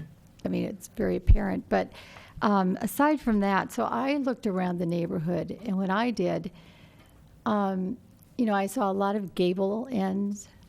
I saw roofs that were tile, that were composite, and I'm struggling with seeing that on your building. So, I mean, just for example, I know a metal roof would last a lifetime. A tile roof, will last about 100 years. So is there a reason that we, it might soften the whole, and it might maybe be a little more compatible with what's around it? We had discussed this issue about the roof, and we would be very open to the possibility of going even with a composition roof or a concrete tile roof, and that would make it more residential looking than more of a contemporary or a traditional farmhouse roof with metal standing seam roof. Yes, we would certainly be willing to talk about that. Yeah. That's all for now. Okay. Commissioner Smith. Thank you, Mr. Colsott. One of the issues that I had with the property, and I was able to put it in perspective when I took a look at the data sheet, is that the front is going from a setback of 60 feet to a setback of 15 feet. And I actually think that's why it looks massive, is because it's so close to the street now, where the property that is in existence was so far back.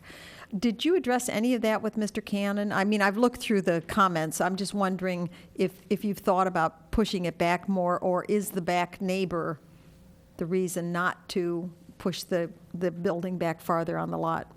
Well, it's twofold. It's really, one is we're trying to follow the guidelines to bring the building up closer. If we move the building back at all, we lose parking spaces. I mean, we are squeaking by right now with the 30 parking spaces. If we move the building back 20 feet, we lose 6 parking spaces. And I appreciate that. I just So wanted that's a to big driving right. I factor. just wanted to tell you that was what I had come to the conclusion as to why I found the building massive. And Mr. Cannon actually did not say correct. anything about That's that. right. And I read through both sets of comments, so I just wondered if you had a casual discussion. I know that there was a discussion of the landscaping and using the landscaping to soften some parts of the architecture. And as I look at the photo that you've put up, and I was looking over here as well, so in the front of the building, there are those just low-lying bushes, or as I'm looking at that photo that you have there, will anything grow up because there's windows so low?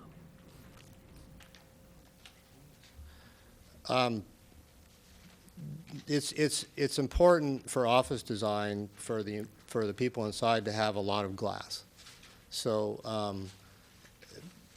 but it's also important to screen your building, and soften that building. And so we've worked with Mr. Fox on a very nice landscape plan, and these bushes could grow to 3-4 feet. They could grow higher, but I don't think that is the desire. Because the tenants would be on either side of that entranceway, correct? There would be first floor tenants. Correct. But the long window is the stairwell? Yes, it is. Yes. Yes, it is. All right, thank you. Commissioner Birch. I agree with what Commissioner Smith was stating about it seeming like such a dramatic change from where the existing Yes. building was to now having it pushed closer to the street. And I completely understand your parking problems.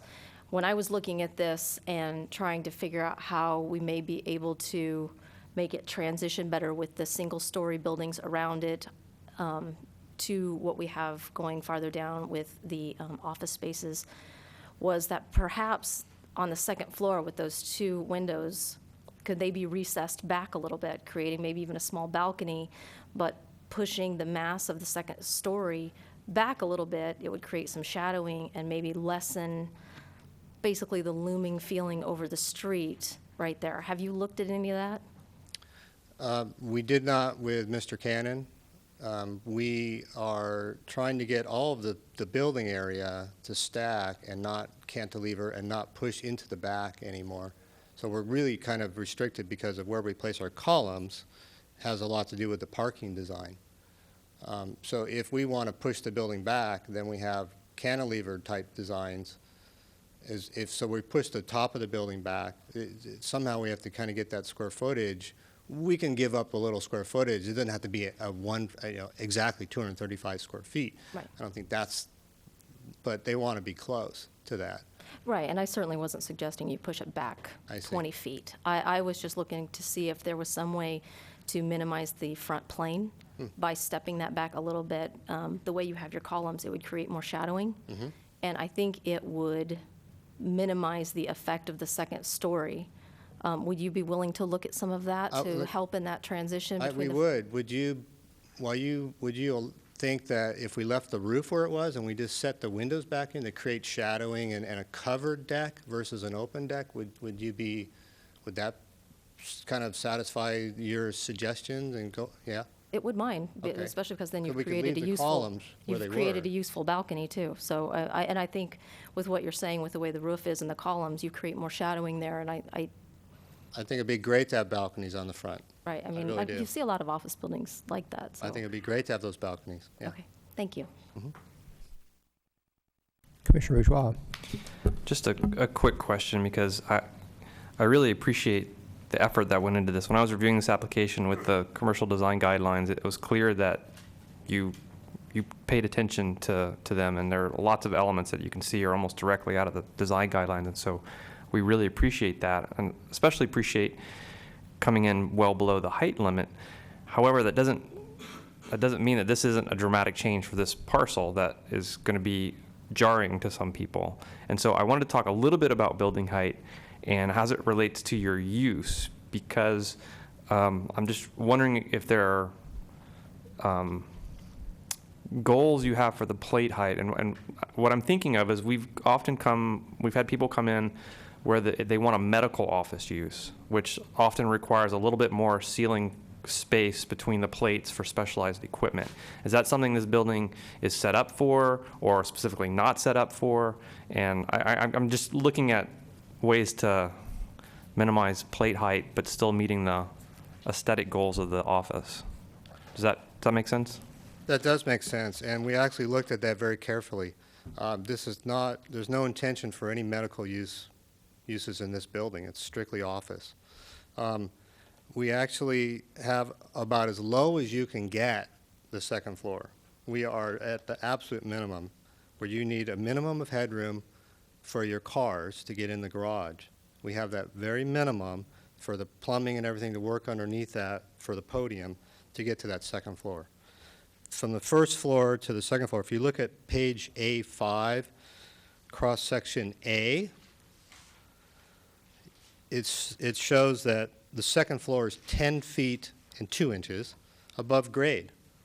That means it's a 9-foot high plate in an office building, which is actually fairly low. Typical office buildings have 10 to 12-foot tall ceilings. We've actually done the same thing upstairs, where we have, in some cases, we have actually 8.5-foot high plate on the right hand, on the south side, because we're staying underneath this height. The setback is like a daylight plane, if you will, on the side and the rear, and so we actually have to skirt underneath the daylight plane. So we have lower plates over there on the sides than you would normally have in any office building built from 1985 on. Thank you for that explanation. Really, we have tried to keep this down. Thank you. You're welcome. Other questions for the applicant at this time? Thank you very much. You're welcome. Oops, hold on a minute, Mr. Colsett. Commissioner Talsfor. Thank you. I do have one. Did you include the landscape plan in here? Did I missed it? should be. Okay. We actually, they were actually in the front of the package, Commissioner Okay. Telesfor. So, I'm sorry, I must have missed it, but I'm just looking at the elevation and your plantings of the bushes, and I understand that. Just because there's I don't even know if you can do this, but is there any opportunity to perhaps plant some kind of a tree in this left hand, as you're facing the building, the left-hand corner? It might add to. If you look to sheet L 3.0, Is it it should on be in there? your packet.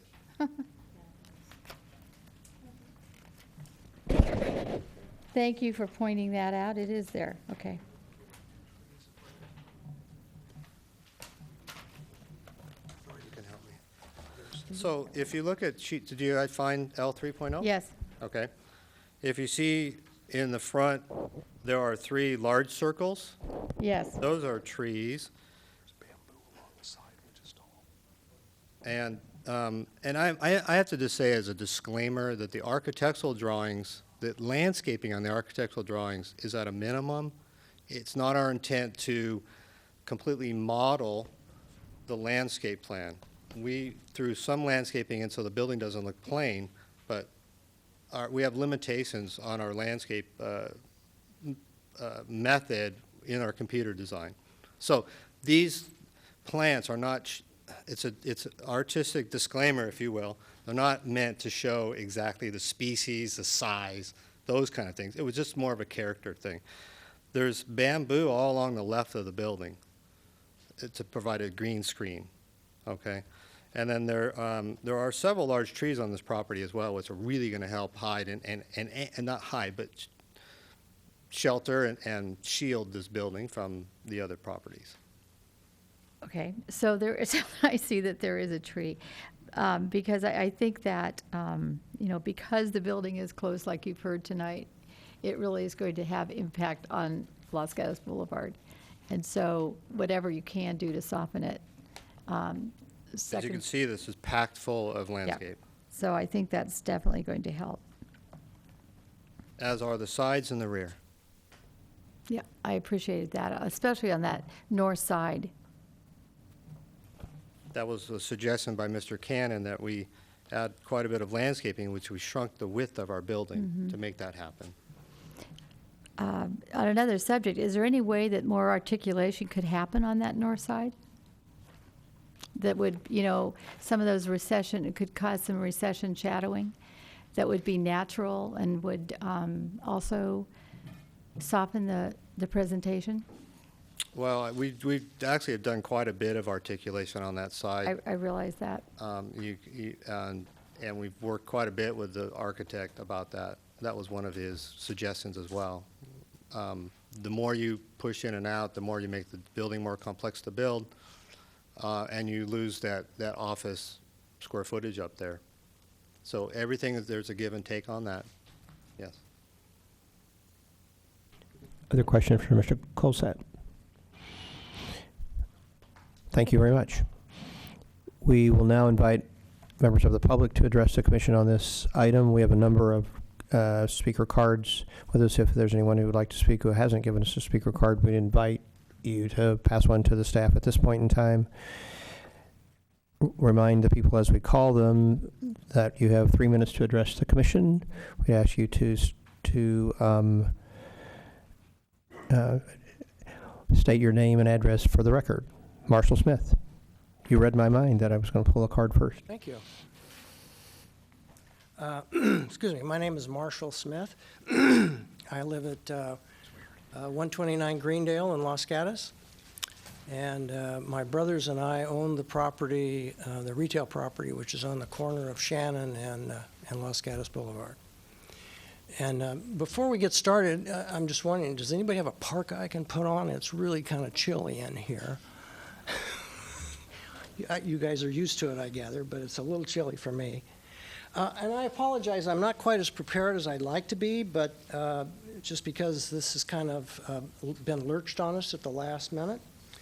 And so I don't have the plot plan that I would hope to have, but what we want to talk about is is the presence of the building on Los Gatos Boulevard and how it's going to affect us. Thank you. Gee, it's warm, too. When you drive down Los Gatos Boulevard, it's a rather daunting. Can I put something on here? I don't know how it goes on. Please, you.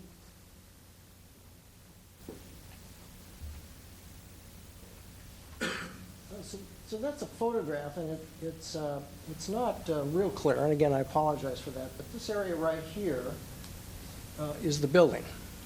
And as you drive down Los Gatos Boulevard, it's a big building, and it's going to stick out. No, because I got it right here. Okay, so it's going to stick out like a sore thumb, and it's going to be different than everything else that's there. So the openness that's on Los Gatos Boulevard is going to go away. And so I don't know what the ultimate goal is, but this is the building. And again, we blacked it out based upon the story poles. And so that's what the structure is going to look like. And as you approach our property, you're not going to see it. And as we all know, the most important part about retail space is visibility. And we don't have visibility here, right? Okay. So this is what the structure looks like, what it will look like once they get it built. In terms of where our building is, it's again, as you're coming up to it, you're not going to see our building. So we're concerned about. Is my time up? Wow. Are there questions for the speaker, Commissioner Talsfor? Yes, Mr. Smith, I would like to hear the rest of your presentation and your concerns, if you have any other concerns. Okay. So yes, I do. So this is looking south, and again, it's hard to see in this photograph. And if I had more time, we'd have done a better job so that you could see it better. But that dark structure there is the building. Mr. Smith, can we get you to pull the microphone out so that okay. With you, so you can take it with you. Thank you. So this dark structure here is the building, and this is the roof of our building. So it's going to be. Thank you. It's going to be a large building that's going to stick out like a sore thumb, and it doesn't really go with the area. So when you're looking north on Los Gatos Boulevard, if you've been there, you know that it's kind of an open area, and the houses are, everything has a nice setback. It looks really nice. This is going to change all of that. That's an issue for us. And then the other issue for us is a retail space has to do with the parking. And I wish I had can I borrow a plot plan? Do you have a?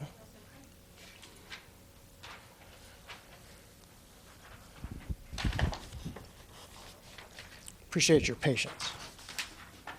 So,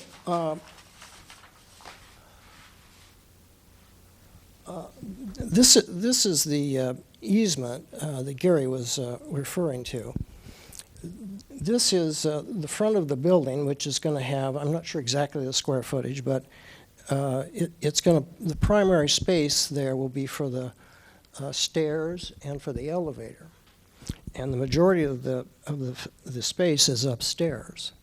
So if you have deliveries, UPS, FedEx, they're going to stop right here to take their packages in and upstairs, which will be right in the easement. And it will affect the ingress and egress here. So that is a major issue for us. And what we are also concerned about is that at 5 o'clock in the afternoon, when people are coming and going, they're going to exit this way. if they come this way, they have to make a right turn, and if they're going to go north, that's okay. If they're going to go down Shannon Road, then they're going to come out here and go down this way. Well, that's not going to happen. What's going to happen is they're going to come out, they're going to come right down here, because what they can do is stop here. They can either go this way, or they can wait till the light changes, cross Shannon Road and go north, or they come out here and they make a left turn and then they make a turn this way. If, the way it is now, if they come out here and you can only make a right turn, so you go north.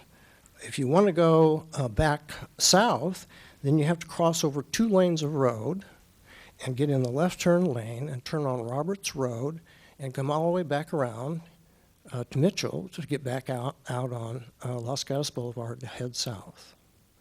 So the ingress and egress is not going to be good. At commute time, this traffic gets backed up here. And so the traffic gets backed up here, and then what happens is people come in here and they go like this. So this is going to impact what we can do with our property. And it's going to affect it dramatically because who wants to rent a piece of property when there's all this kind of traffic that's going to be coming and going? So we talked to Gary about, how can we correct some of that? And to be honest with you, let's be realistic. If somebody comes out of here and they're on their way home, they're not going to bother coming here. They're going to shoot right down here and go this way or come across or come back around. That's going to be right through our property. So one, we have a visibility issue. We have the people ingress and egress over the property. And so that's going to diminish the value of our property in 2 ways. Those 2 ways. You can't see it, and 2, the ingress and egress and the people using it is going to be dramatic. So what we're concerned about is that we're not going to be able to generate the source of income that was there, or rent it to a quality tenant because of the issues that are here. So let me, Mr. Smith, I think you probably in general answered Commissioner Talsfor's question. Are there other questions that commissioners have for the speaker at this time? Commissioner O'Donnell. Thank you for your discussion. It's very helpful. But I'm wondering if we assume for the moment that something is going to go next door, some use, new use. I'm trying to think what kind of use one could have on that property, which would not, now there are 2 impacts. One, of course, is the size and the bulk, and you can't see through it. But forgetting that for the moment, let's assume we don't have the size and the bulk. If you have a new building there with tenants or pedestrians and vehicles, you're going to have the same traffic problem, looks like, no matter what. So I guess I'm wondering, how do you visualize, if you had a perfect world, maybe not perfect, a close to perfect world, what kind of use would you be in favor of for that adjacent property? Well, that sounds like a question like, what would we like to see there? And for us, in terms of the visibility, we would like to see the building move back to where the existing structure is or behind it, because that will, one, make it more compatible with the area, and 2, we'll have the visibility. Otherwise, whatever. Yeah. What would that do for your traffic situation that you've described to us? By moving it back? Yes. I think it'd be minimizing the amount of people that would be there. Oh, okay. So if you build a smaller building, you have fewer people to drive their cars. Right. Or if you want to put an entrance in the front of the building for underground parking, or maybe they want to move to the other side of the building and buy part of the church property and put a driveway over there or something. I don't know, but it doesn't work real well here. Thank you. Commissioner Smith. Yes. No, Commissioner Smith and Mr. Smith. Let me just state something that I know, which is the UPS deliveries, and they will deliver wherever you tell them to or not tell them to. So that does not raise a red flag with me. But let me ask you about what is the age of your building and the size of it? The building is 3,300 square feet, and it was built in 1966. And what is its current use? Well, right now there is a nail shop there, and there has been originally it was leased a 7-Eleven. 7-Eleven left about 2000, and it's been various food stores since then. And so when you were talking about the kinds of tenants you would like to attract, I was just wondering, just hypothetically, what use the building could be that it might be detrimental to have that building next to you. Because, for instance, if it were something similar to a 7-Eleven again, then you might actually be happy with people cutting through your parking lot because they might run in and be a patron of whoever your tenants are. So I just was just thinking through your issue as well, and I wonder if you've thought about that. And have you thought about renovating your building?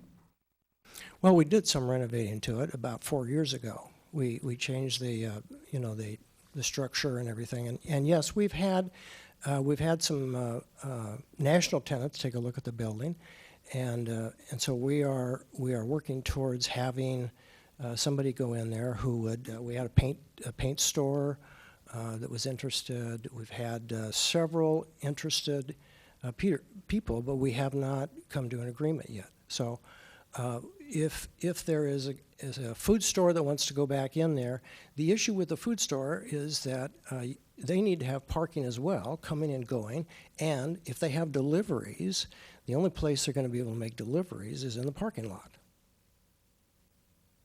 So if you take a Coca-Cola truck and you drive it down the middle there, nobody's going to come and go. And when you talk about Federal Express and UPS, I'm sorry, I could drag a guy in here who used to be the regional manager, and he'll tell you that they don't care where they park. They got a job to do, and they want to get it done. Well, that's not our issue tonight. I just wanted to mention that it's usually been my experience that they're pretty cooperative. But however, that isn't the primary issue tonight. The primary issue is the impact on the neighborhood and whether or not it's a well-designed and appropriate building. So I thank you for your comments. Okay. Other questions for the speaker at this time? Thank you, Mr. Smith. The second person we call is Joe Piazza.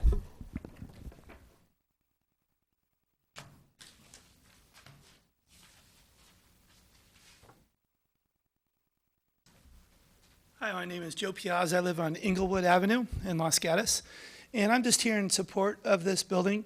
I think this building, first off, I wanted to sort of step back and talk to the council from a personal perspective. You have a citizen of Los Gatos that believes in putting investment back in Los Gatos. What I mean by that is you will have a family that is doing historical remodels currently in downtown Los Gatos that Gary and myself and other people are currently involved with. You might not know this as well, but from a cultural perspective, from a construction perspective, the same family is part of the ownership as well as the remodeling of the Los Gatos Theater. With all the sensitivities of building and what that takes as well to build such an incredible historical building in downtown Los Gatos. The next issue I wanted to sort of talk about is the same family also owns several commercial buildings in downtown Los Gatos as well that are going through major renovations. And once again, to improve downtown Los Gatos, to improve our area. So the point that I'm trying to make is if you look at this family that's making this investment, this is a transitional area. This is an older structure that's been existing here for several years. And this is actually what downtown Los Gatos needs. It has a prairie style, like Gary said. It has a craftsman style. And I also applaud this family because they have hired one of the best architects as well, being Gary Colsat. So I think the sensitivity that you have right now with the current ownership to trying to do this building, they have gone ahead and looked at this project for a 1-year period of time, and dealing with this parking issue has been significant. But if we really step back and look upon the number of empty lots due to car dealerships that have vacated these locations, or other empty buildings that are around directly adjacent to this building that haven't been remodeled and so forth, this is exactly the kind of investment that the Barth family, who Gary has mentioned as well, really wants to encourage other investors and other citizens here in Los Gatos to make these kind of improvements of our town. And I think that's why I'm here, and I'm in here in support of the building. Thank you, Mr. Piazza. Are there questions for the speaker? Thank you very much. Now I would call Marlon Smith.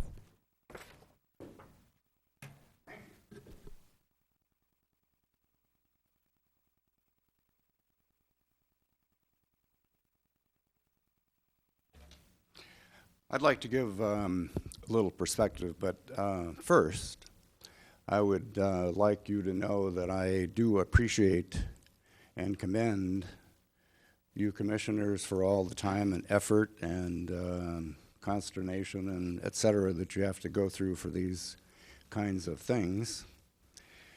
And I say that because I know it very well. I was on the Los Gatos Planning Commission for 12 years in the 70s and 80s.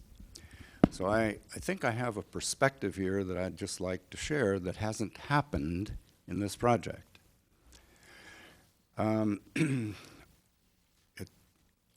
Quoting what's written here and also quoting what the chairman said, the town of Los Gatos strongly encourages your active participation in the public process, which is the cornerstone of democracy. Not only that, it's been the cornerstone of Los Gatos to have projects that were being proposed and developments and so on, to get input from people who were affected and involved. We learned about this project last week. Now let me tell you a little bit of history. Somebody asked when the store started. Yes, it was in the mid-60s. However, that was the second building. That store, a retail store, a grocery store, started someplace in the 30s, late 30s, I think. I don't know that for sure in terms of the exact date. We came here in 46. My folks have had the grocery store there up until the town or whoever forced, in effect, the store to be torn down because Los Gatos Boulevard was widened, and then the store that's there now was built according to town requirements. Those town requirements are different for this project because this is the only building now that, if it goes up this way, that will come up to the boulevard the way it is proposed to be. Also, my family owned that property for several years, and I wish right now that they never sold it again. Because this is out of place for the boulevard. It's a very beautiful building, but it is out of place. The further part that you need to know about this is that we tried to meet with the owner early on when they first bought the property. And we had a meeting set, or tentatively said they wanted to meet, and they canceled it. And they have never invited us for our input for what they're doing in this property. The second part of it that you need to know, and I know you're about to push the button on me, is that it seems to me that the town, that is the planning department, at least should have gotten the developer, asked the developer if they had gotten hold of their neighbors who were going to be extensively affected. They did not contact us, period.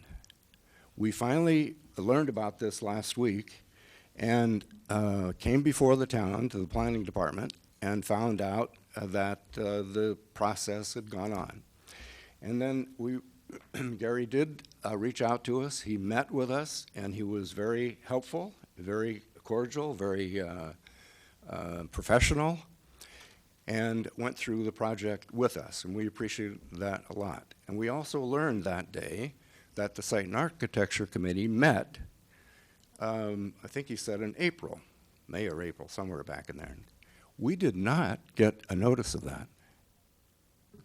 I am the one that gets the notice. I know about Planning Commission. I know about Site and Architecture Committee.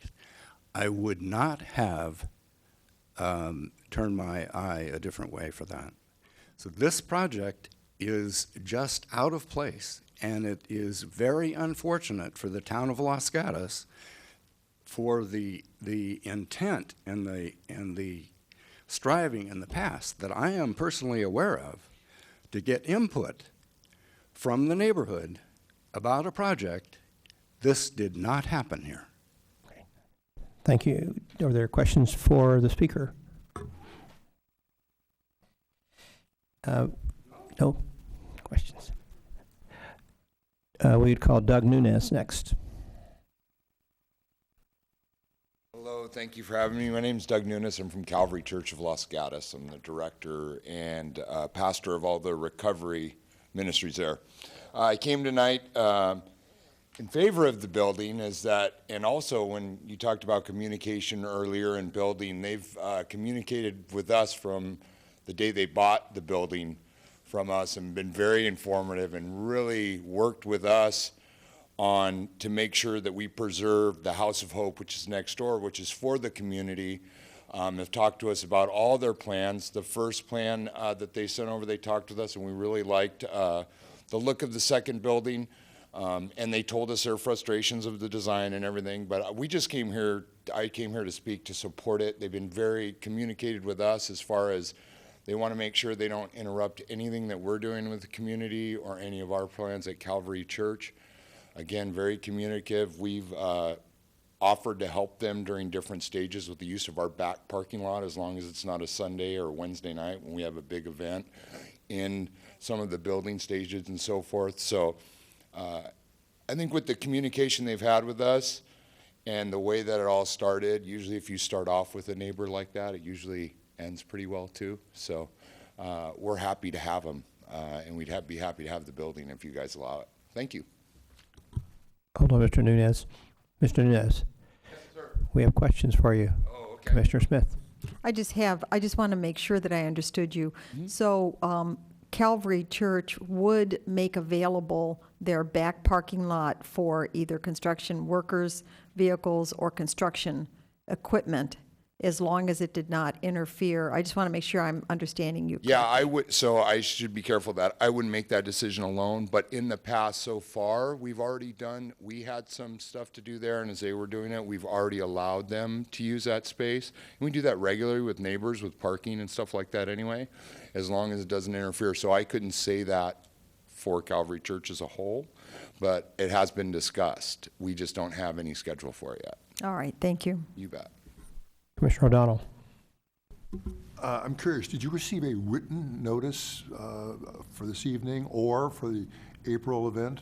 No, so my office is in the red brick building, which happens to be 2 over, and I have a lot of interest in this because of the House of Hope, and I saw the sign up that you guys were going to be meeting here this evening. And so I recently received the plans on Sunday, because I always, as the plans change and things like this are happening, so between seeing the plans that were given to me over the new building and sent to us at Calvary via computer and hand delivered, also I saw the sign go up, so I thought I thought to come over and at least give my... Do you remember when the story poles went up? Yes, the first time or the second time? Well, let's start with the first time. Uh-huh, yes I do. Approximately when was it? I'm going to say 6 weeks ago, approximately, I would guess. Then you suggested it was the second time, so when was the second time? 3 weeks ago, I would guess. Thank you. You're welcome. Any other questions? Other questions for Mr. Nunez? Thank you very much. All right. Call Muffet Brown next.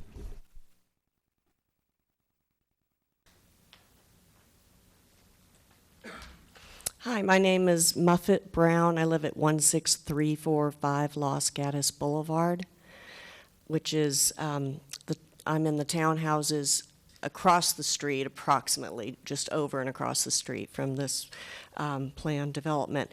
And I have, my family has lived in that block, or owned property in that block for about 35 years, and we've lived in the area for almost my whole life, but in that neighborhood for almost 40 years.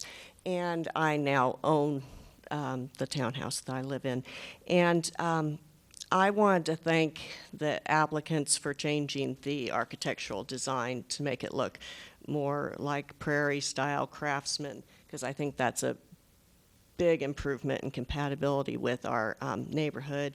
I also think the hip roof is a good choice because I think the lawyers' offices that are next to us or down to buildings from us directly across the street from this do have a hip roof, and I think hip roofs are classy, and Los Gatos is a classy place, so I think that fits in. Now, with the and the first time I heard about it was seeing story poles go up, just to let you know. I also did not receive until last week a mailing about this. And I have noticed in the past with Laurel Muse and the other construction that's going on Mitchell Avenue that it's been really hit or miss with me and my neighbors on who got a mailing and who didn't and which mailing we got. It's just been really almost as if, you know, some random generator is spitting out these things and missing us other times. I think that there ought to be a row of parking in front of this, kind of like you have in front of the A&M Auto Parts store, and to set this back a bit for the benefit of the other retailers that are on this block. I personally don't think this whole thing of buildings being built right up on Los Gatos Boulevard is a good general plan. If that's, I think the Boulevard plan needs revision, and I think it's only fair, especially since this is the only commercial building that's going to be next to the existing one, that you set it back some, and it would just make things better for us. So if they're going to lose some parking spaces in the back by setting it back, we'll just put those in the front. I really don't think having cars, I mean, the customers of a building like this are not going to, they're going to have nice looking cars and it's going to be fine, and I think everybody would just feel like there's a little bit more space. Maybe the people in the back that might feel there's a little less space, but I think it would just look good for the neighborhood, for most of the people driving by. Thank you. Thank you, Ms. Brown. Are there questions for the speaker? Thank you very much. We don't have any other cards from the public, so we would invite the applicant back to give any additional input they'd like to for up to 3 minutes to the commission. I want to thank everybody for contributing. I think that's as part of the process is very important. I think that the other commissioners looked at this ingress and egress issue with the trucks and the traffic and all that pretty well. I just have a couple things to add. We have allocated a space right over here beyond the entrance to the retail space that FedEx trucks could pull in there. I think it's about education. I think it's about signage for the guests, for tenants. I think it's about educating them, letting them know what's going on, and to be a good neighbor. And that's part of being Los Gatos, too. For as far as the public goes, it's just not changing one iota of what's going on with the public. I would venture to say that if this building went under any kind of major renovation, I'm talking about the building next, the retail space, the Smith Zone, that building would be encouraged very strongly to be built up to the sidewalk with the parking behind. That's clearly stated in all of the guidelines for Los Gatos Boulevard commercial development. You see it on all the corners, on all of those points. And we are planning for the future. This building's going to be very well constructed. It's going to last a long time.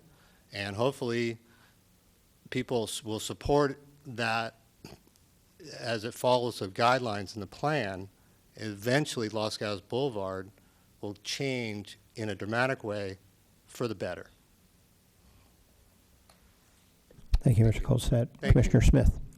Mr. Colsett, I just want to be sure of something that you agreed to, and that was the balconies on the second floor. So that's something that you have agreed to or you would consider? We would absolutely consider, and we have no problems with the architectural style of that at all. I think it's very helpful. If we could make it work and not create issues with usability upstairs, if we don't make some offices that are too small, for example, I think that is certainly something we would be happy to go back to the board and work on. All right, thank you. Commissioner O'Donnell. My memory may be bad on this point, but I thought normally a proponent has a title company come up with the names of owner lots within so many feet of the site. In other words, as I recall, it's 300 feet. It might be different. And that typically the applicant then pays, I guess, the town to send out notices. Do you have any recollection of that occurring here? I would actually defer that question to Ms. Avila, but I know that we trust them to follow the rules so we don't get in trouble. And unfortunately, communication was not good with the Smiths. I can't speak for Mr. Barth, and he's not here. I don't know what he said, what he committed to, what he didn't commit to, but it was our understanding that all that neighbor communication, like with the church, was through him. And he's not in town, and so I can't speak for him as far as that. But it's the other question I would ask Ms. Avila. Thank you. Other questions for Mr. Colsett? Commissioner Birch. One of the things I forgot to ask about earlier is there was a couple discussions in here about there was a wall going between you and another property that's in between some of the trees. Yes, that's a great thing that never really got discussed.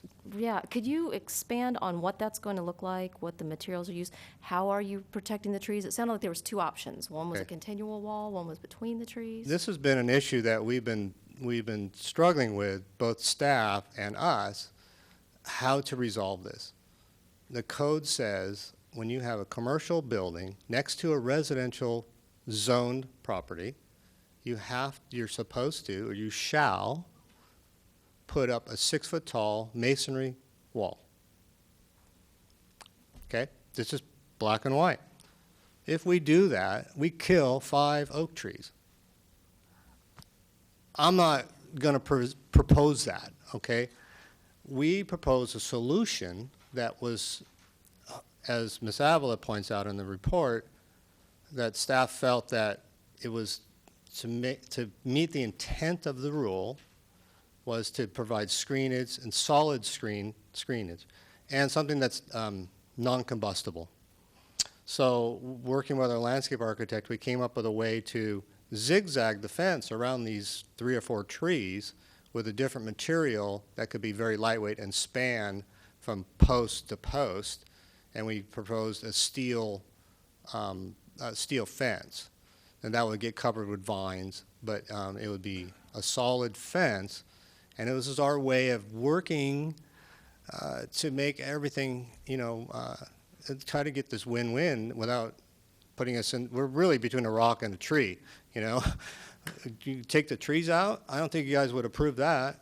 Put the fence in, well, we're supposed to. So we're putting in the concrete block fence as much as we can without disturbing the trees. When we get to the trees, we'll work with the arborist to zigzag this fence around, and that was something that we weren't clear how you wanted to handle this issue. Thank you for bringing that up. Yeah, well, I brought it up because I guess I want to make sure that we are being sensitive to those trees, and I appreciate you coming up with an option that would keep them in place. Thank you. Commissioner Talsor. So, let's see, I wanted to touch just a little bit on the color. I noticed it hasn't been decided yet. Is that right? Is this going to go back? Mr. Cannon, I think, asked that it go back to staff. Did you The see exterior that? colors? Mm-hmm. We have two colors here that we haven't sent to Mr. Cannon yet, but those are our picks. Okay, so they're going back to staff, okay. And then, let's see, there was something, question for you. We talked a little bit about the roof, and I think you said, were you in agreement that maybe you would do the tile? I think it would soften the building. Then the last thing, and only because it's been brought up now, and I know you've done an excellent job at trying to keep to the commercial design guidelines, and I appreciate that. But it's the presence on the street of the building, because it had to move close to the street, the boulevard. And I know that in all of its wisdom, it says as much as possible to I think it was the thought that we move boulevard buildings closer to the street, right? But there is a line here in our basic design principles that I'd like to just highlight. And what it says is that projects will maintain a strong landscape setback, and it continues to say, and will seek to create visual continuity along the street front. And that's quite what's happening on that side of the street, which is what provides the continuity, even though there's many different styles of buildings on your side of the street. A long-winded explanation for working together on this, hearing what the neighbor building had to say about the visual impact to them, thinking about maintaining that continuity. This might be a time that we do allow parking in the front. Gasp, gasp. Hate to bring that up to everybody.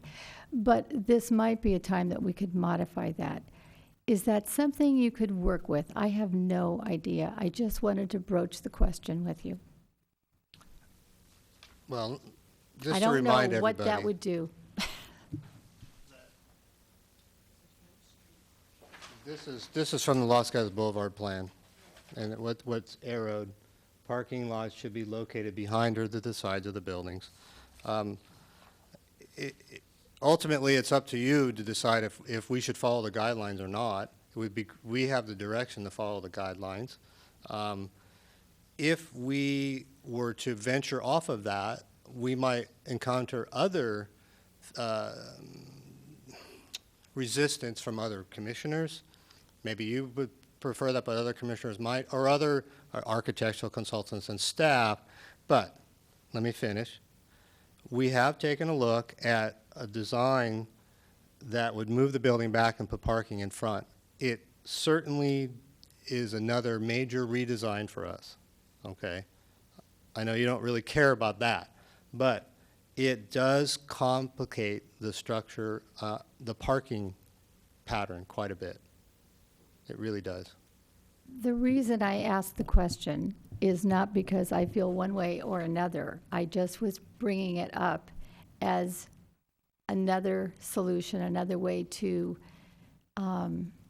perhaps, resolve some of the issues. And because it is a basic design principle that the continuity of that boulevard, especially in that area,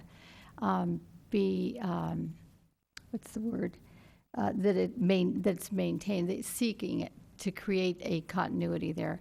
That's why I brought it up. Now, I don't know how that, and I also wanted to know how it would complicate a redesign. I don't even know if you could do it, but if it's not going to be something that is, that would bring us to a compromise and a resolution, perhaps we should not go there. We kept running into several roadblocks. When you have parking in the front, then you have to have a turnaround. We don't have the space for the turnaround. So then you maybe have a racetrack that goes all around the building, which now further adds paving. But we also have quite a few trees on the right-hand side that we're trying to stay away from as much as possible. We space parking here and there to preserve these trees. So now we're adding more parking to the front and to the side. We're pushing those trees more as well. So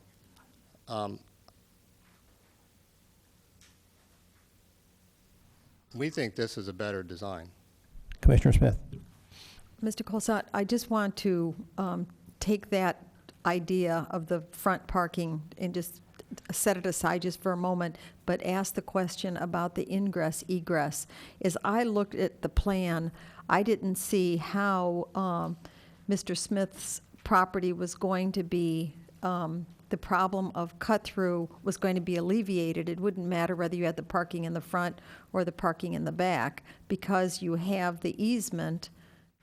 People are going to cut through if they so desire. Is that my understanding of the plans? I mean, I think that's a fair assessment, yes. so that there is no other traffic pattern. Yes, it's training people, but that's going to be an accepted way of life, whether you park in the front or in the back. That's correct, yes. All right, thank you. Commissioner O'Donnell. You've answered the questions of Commissioner Tallis on the possibility of parking in the front. Have you considered at all any movement of the building back? In other words, let's assume that the guidelines are correct and you should have it forward. It doesn't necessarily mean that it has to be exactly in the location it is. I realize there may be a good reason for that, but I'm just wondering if you were, did you consider at all moving the building back a little bit? We, as I stated before, if I showed you the site plan and went over it with dimensions and a scale, I could show you that we are right at the limit on every minimum dimension that we can do. We have it literally shoehorned in on 4 sides. On the left, 24 feet in. On the right, 20 feet in. On the rear, 20 feet in. And on the front, 15. And so, back in the back. well, there's a required 20 foot, and we Right. have 45 feet in the back. Right. Right. So you're not as sandwiched in the back, is that Yes. correct? So on the second floor, we could potentially push that back, but that lengthens the building, the visual building of that, because the front, what touches down is really the essence of what we're talking about.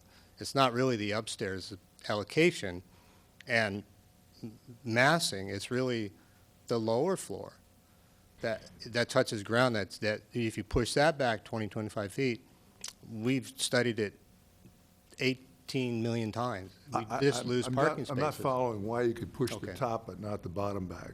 Well, I'm saying that if you push the bottom back, to answer your question directly, we lose parking spaces. Even though you have a 45-foot setback? Yes, because it's not about the upstairs where the building is, it's about the bottom where the building is. It's about the first floor where that touches on the ground. That's where your parking is. See, that's where your parking and your driveways are.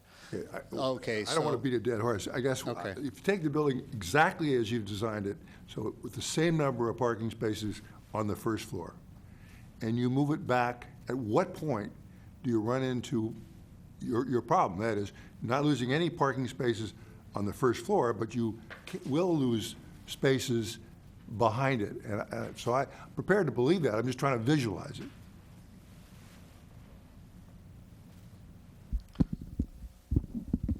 I mean, I'm happy to go over this whole design with you. I could bring out some trace paper and No, everything. I'm just- I'm not, no disrespect at all, seriously. No, and I'm not taking it that. I'm just trying to visualize it. So, you know, if you had a model here and somebody said, okay, let's take the building as designed Yeah. and push it back. Take a number, 3 feet, 2 feet, 5 feet. Something happens that you're telling me is not a good thing. And I'm just saying, what is that? We lose parking spaces. In the back. No, here and here. Or we lose in the middle here. See, what happens is you move this line back, you move all of these parking spaces back, you move the required backup spaces to get to these parking spaces back. Now you move this line back, you lose a parking space. You lose another parking space because it's dependent on this over here as well. Well, if I understand correctly, the downstairs parking is encompassed within a building, right? No, it's not. It's all around the outside. We have parking we've taken advantage of the fact that Okay, we so cannot you're- build in this area, but we can put parking. So you're saying, well, I listened to you telling me about the spaces underneath, and I was having trouble visualizing that. So maybe I'm missing you. But if you take the building, which includes the whole second floor and the bottom floor and the parking contained within the structure, and you move it back 3 feet, are you telling me you lose parking on the side? Yes. Outside? Yes. Side? Okay. I am. Explain that to me. If I had a piece of trace paper, I could show you graphically, but this parking space right here is dependent on where this parking alignment is. So if we move the building, which means moving this parking back, you can't get to this spot. So I lose this spot, okay? There's no way to access this spot. Let's say I move this back the width of a parking space, which is 9 feet. So I move this building back 9 feet. I lose this space. I also have a required distance from here to these parking spaces of 25 feet. I lose this space. So by moving the building back 9 feet, I lose 2 parking spaces. Well, the distance from the back of the building to the westerly edge of your parking spaces is how many feet? The distance from the back of the building Yes, to the beginning of the parking spaces in the here, back. Yeah, 25 feet, another minimum requirement. so that is a minimum requirement. That is a minimum requirement. Okay, that answers my question. That's what I'm saying. Yeah, That answers the question. Thank you. we Other questions for Mr. Colset? Thank you very much. Thank you. We will now close the public portion of the public hearing, and I'll turn to commissioners for questions of staff, comments, or potential motion. Commissioner Bourgeois. I'm going to change the topic just slightly, a little bit of a question of staff. I know there was a council meeting on Monday where they discussed community benefit. Is there any additional guidance on community benefit for the commission that came out of that meeting? There is not any guidance. They discussed it and provided additional direction and comments to staff, which will be coming back before the council. Okay, I mean, it's something we haven't talked about yet, but citing restoration of Los Gatos Theater as community benefit, that just seems like a really odd nexus to me. So. I have a question of staff myself first. So Commissioner Chalsford pulled and talked about the continuity along the boulevard as a principle. Is your understanding of that principle continuity with existing structures that don't meet the guidelines, or continuity with in fact with the guidelines, if you understand what I mean? If all of the buildings were built, was the intent of that to be if all of the buildings were meeting the guidelines that you would have continuity, or is it intended to be continuity with existing buildings that don't meet the new guidelines? I think staff and the architect look at the residential, or the commercial design guidelines and the boulevard plan, and we encourage applicants to follow those guidelines. There certainly are existing commercial buildings in the area that are set back. If you look at the newer development that's occurred along Los Gatos Boulevard, most of those buildings are being built very close to the boulevard. The new commercial buildings on the Swanson Ford site is one of the closer ones that's an example of that. So if you look at the newer development that's occurring along the boulevard, the bulk of the buildings are pushed up close to the street, parking's behind and or underneath.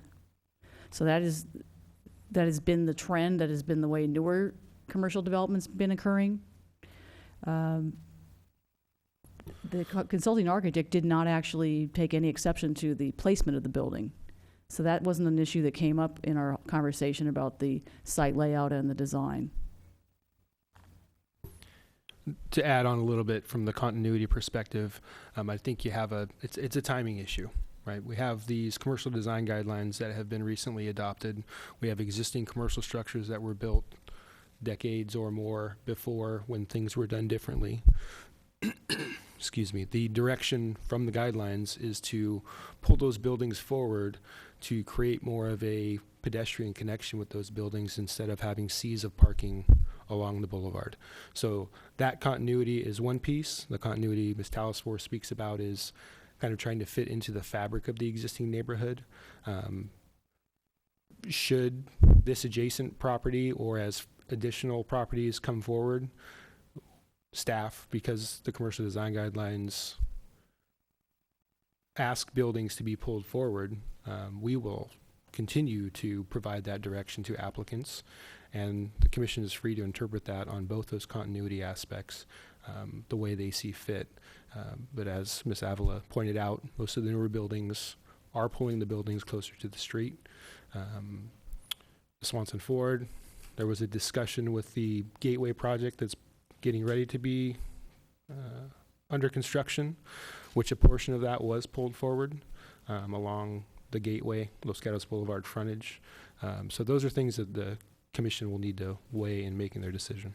Just invite a comment from me. It just seems odd to me that one would allow the continuity principle to be pulled out and not to be in continuity or consistent with the overall guidelines, and that would apply it to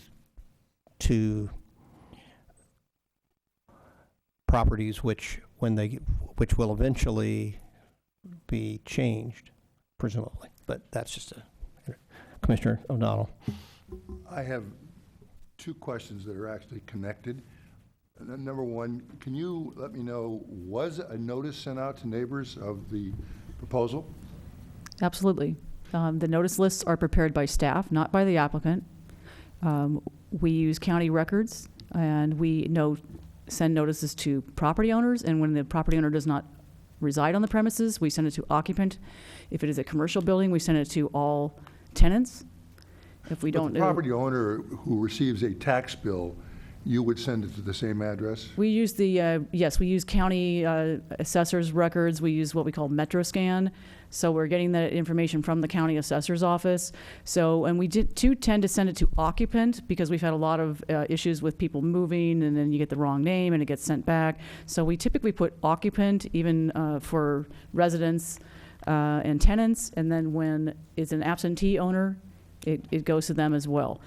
We did in the townhouses across the street. Once we touch a property like that, we notice every tenant in that complex. Well, let me ask you this. There was some discussion of a meeting that occurred in perhaps April. The application was submitted on May 30th, so there was no meeting in April. This is the first public hearing. Okay, when would the notice have gone out within that time frame, May to today?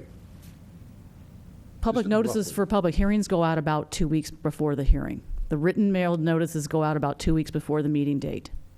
Okay, because one of the things you also said was that this idea of setting it back really hadn't come up in your discussions, and I think if I heard you correctly, but it does occur to me that the only people who really are concerned about that are the next door neighbors, and apparently they were not involved in any of the conversations.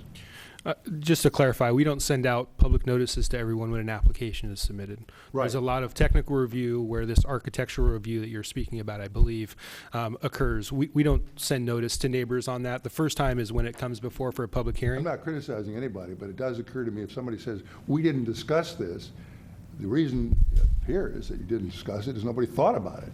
And I'm not, again, one of the complaints of the Smith brothers was their input wasn't sought. Now, it appears to me that story poles went up some weeks ago, and they're not exactly small, so they were there. You did send out a notice, at least, from what I gather, at least 2 weeks ago. So there's a gap here when we hear that they didn't find out about this till a week ago, or less than a week ago. But fine, you've answered my questions. Thank you. Commissioner Smith. Ms. Avila, I just have a question about the conditions of approval, number 64, in terms of the construction noise. And I know I asked this on a previous application. Is this just boilerplate that goes in where it says they can construct 7 days a week, weekends and holidays included? Or is that something we can modify It's possible to modify it through conditions of approval, but these are our standard construction hours that are from the town code. The town code allows construction from 8 to 8 on weekdays and from 9 to 7 on holidays and weekends. That's what I wanted to confirm with you, that this is Yes, this that's is town the code. standard. And it's, sometimes projects do modify hours if the applicant's willing to do so. We've heard that on the Hubble Way, for example. Some of the residents said, could you not construct on Sunday? And the applicant was amenable to that. So, Well, that's what I was thinking, between church services and residents and other things going on. All right, thank you.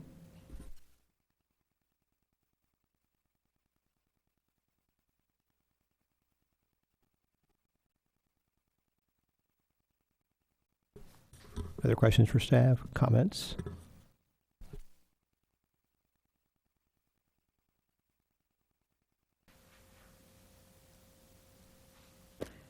All right, I'll step Commissioner forward. Smith. I'll make a comment. I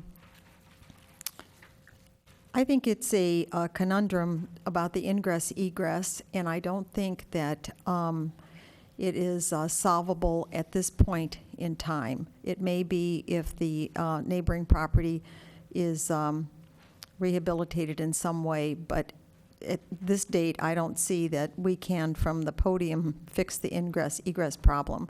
I do think it's a well-designed building. It complies with the guidelines, even though there are some of us who are somewhat perplexed over the issue of to the street, but back far enough to look in more balance with the neighborhood. The applicant has agreed to add the balcony on the second floor, which I think will soften the building and will be a point of interest. And so I would be inclined to approve the application if there were a motion made.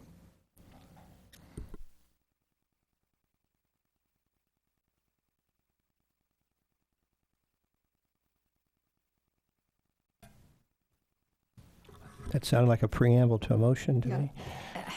Commissioner Talsworth. Yeah, thank you. I'm still in the conundrum of this, going back and forth between what I read here as basic design and as far as the continuity of the site being,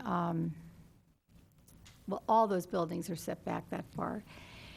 What I don't want to have happen is visually have this building look out of place.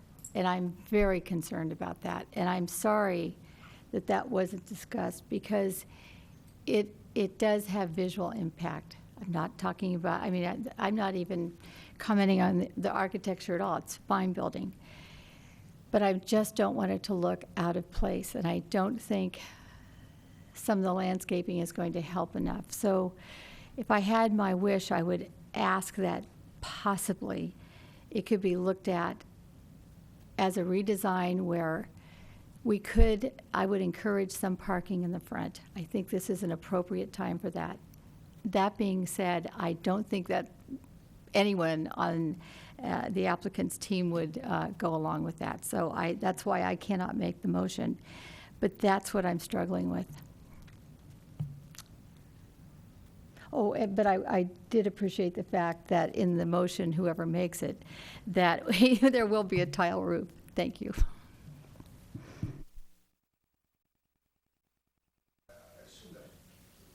What remains to be seen, because, thank you. Yes, that's true.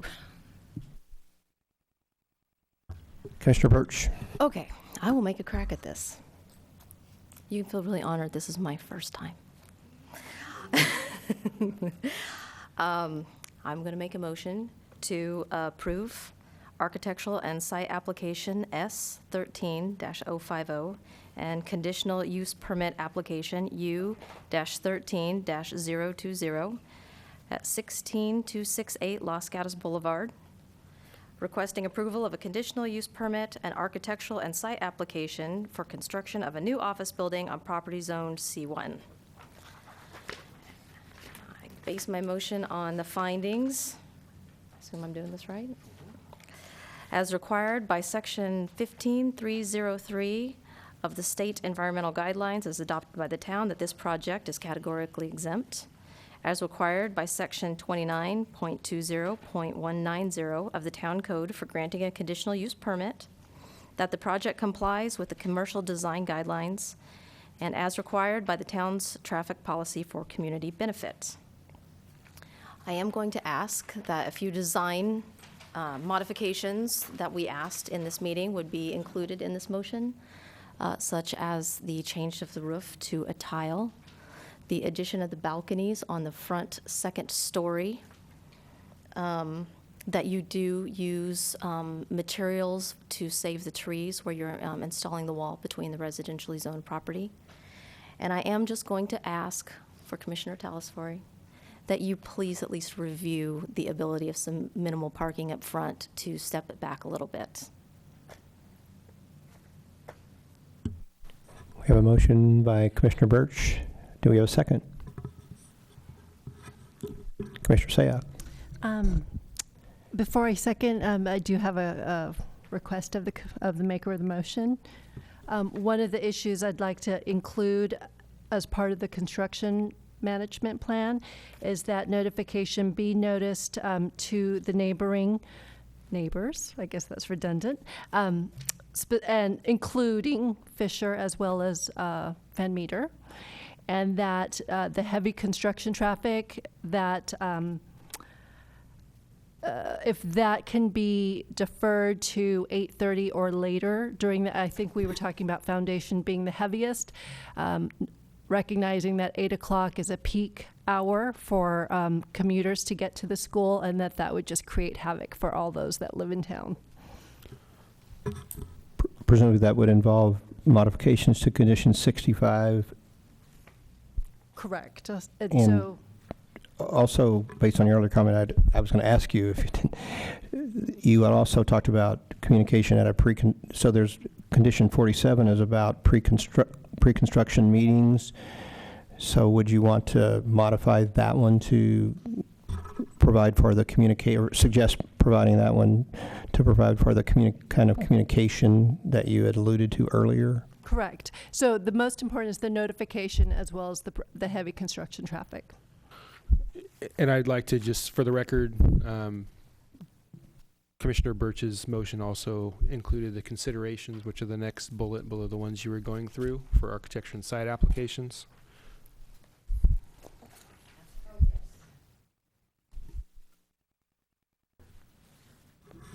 Yes. So you're now in I a am now position to seconding, second. Okay, yes. we have a motion in front of us. Let me ask Ms. Avila, did you have a comment for us I about just the wanted to motion? point out we have a condition for requiring a traffic control plan, and that might be the appropriate place to add the restriction on, you know, when heavy construction comes in, and we can kind of fold it into the traffic control plan.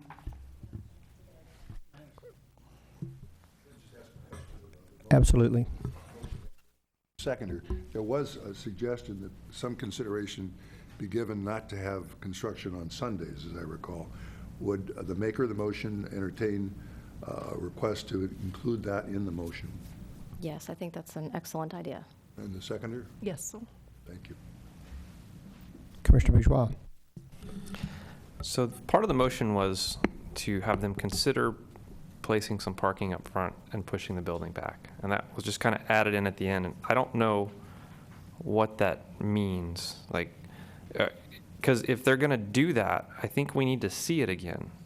Right? I mean, I've been struggling with this all. I've been listening. I think it's a well thought out design because of all the constraints that were talked about. We've got turnaround. We've got all these setbacks and easements. It's a difficult lot. And so, you know, they followed the commercial design guidelines. And that area is changing, you know, it's really intensifying. We've got Laurel Muse, we've got the new business across, Yoga Source across the street, which is really business, generates a lot of traffic. They're actually parking across the street at Artisan, which is gonna come in, so we've got more pedestrians moving through there. Artisan's gonna be there, but then they're gonna go away in 2 or 3 years. We know we're gonna get another application there. So this area is changing, and we're really at kind of the far end of that transition zone of Los Gatos Boulevard. And so, I really think we should consider pushing this back some. And I understand the parking constraints, but the solution is that the building becomes a little smaller. And I know that's not what the applicant wants to hear, but that's what I keep coming back to. This corner's really become intensified over the past few years.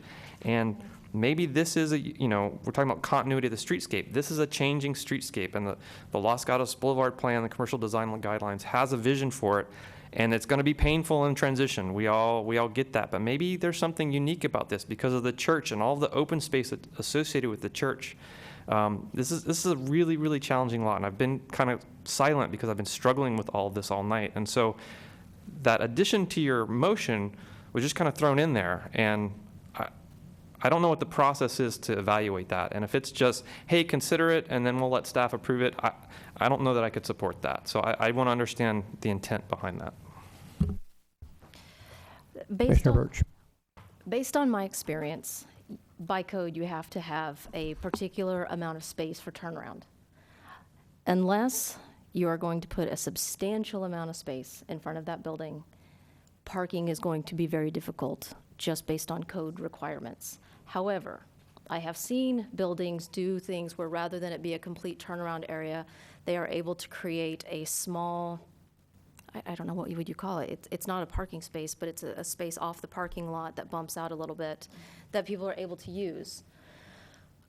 So I guess in saying that, I should have been more specific, that I would really like for you to look and see if you were able to create one row of parking in the front using that. I still don't know if keeping your setbacks, though, and your required turnaround in the back of the building, they would be able to even do that without minimizing the required parking spaces. I would trust at that point, since we are, unless we're going to redo this and start over with the design in a smaller building, if we're saying we approve the building as it stands, there's required parking. With the required parking, there's required code turnaround spaces. Unless that there's something that you could come up with, which I would trust then that staff would say this meets code and it meets the setbacks. Really, unless we are going to go back, I think that hands are tied. That's just based on my experience. So the motion then would be to have them consider it and leave that decision a yay or nay up to staff at that point. Yes. Okay. Commissioner O'Donnell. I want to revisit that. It seems to me if you ask somebody to consider something, you've tied, well, they consider it, and that's a good faith thing. And if they say, yeah, we consider it doesn't work, I don't think the staff gets to say, well, wait a minute, we think it does work. So if you say, consider it, and I'm not arguing with this, but the question I heard here was almost like staff got involved. And I think if you say the applicant will consider it, that requires a good faith effort of the applicant. If the applicant says, gee, I looked at it 6 ways to Sunday, doesn't work, then the applicant says it doesn't work. So if you have something else in mind, I'd like to know what it is. No, and I'm open for suggestions. Through the chair, real quick, just a point of clarification. The town code doesn't allow one-way dead-end aisles. So unless they went all the way around, that would be, staff would not be able to support that anyway, which gets back to, I believe the applicant spoke about having to have the racetrack around. There is the potential provision for a two-way aisle that has a turnaround, whether it's the hammerhead idea, as you were explaining, or areas that aren't allowed for parking. But then you get into, once you account for that, you're talking about 10-foot minimum landscaping, 18-foot minimum parking stall, 25-foot minimum drive aisle, and then your turnaround is going to have to be outside of that. So we're more than willing to take a look at that. I think that if that's something the commission is looking to consider, staff would be challenged to make that work. No, at that point, I would rather withdraw that point from my motion. If Commissioner Sayak is amenable to that. So we're withdrawing the consideration of it. That's fine with me. Just for clarity, without all of the findings associated with it and so forth, could I ask the maker of the motion to restate the motion so that we're all sure what we're voting on. Sure. Without going back through all the findings, it was with these design modifications that we add the balconies on the second floor, that we change the roof to tile, that the wall between the commercial property and the adjacent residentially zoned property be made to save the trees. And then Commissioner Sayoc wanted to add in the neighborhood notification. If I say this wrong, please tell me. And no construction on Sundays, and also the sensitivity to the construction traffic. And starting construction at 8:30, thank you. Everyone clear? That's consistent with what you understand, Commissioner Sayoc. Commissioner Talsworth.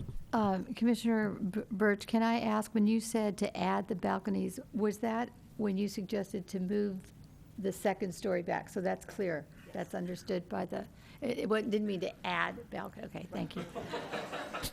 To recess the second floor plate back to incorporate balconies. Staff is clear what we're considering? Yes. Everyone's clear? Okay. Any further comments? All in favor, please say aye. Aye. So I think we have, let me be sure we raise hands so that we have it. Opposed? So we have one dissenting vote, Commissioner Bourgeois.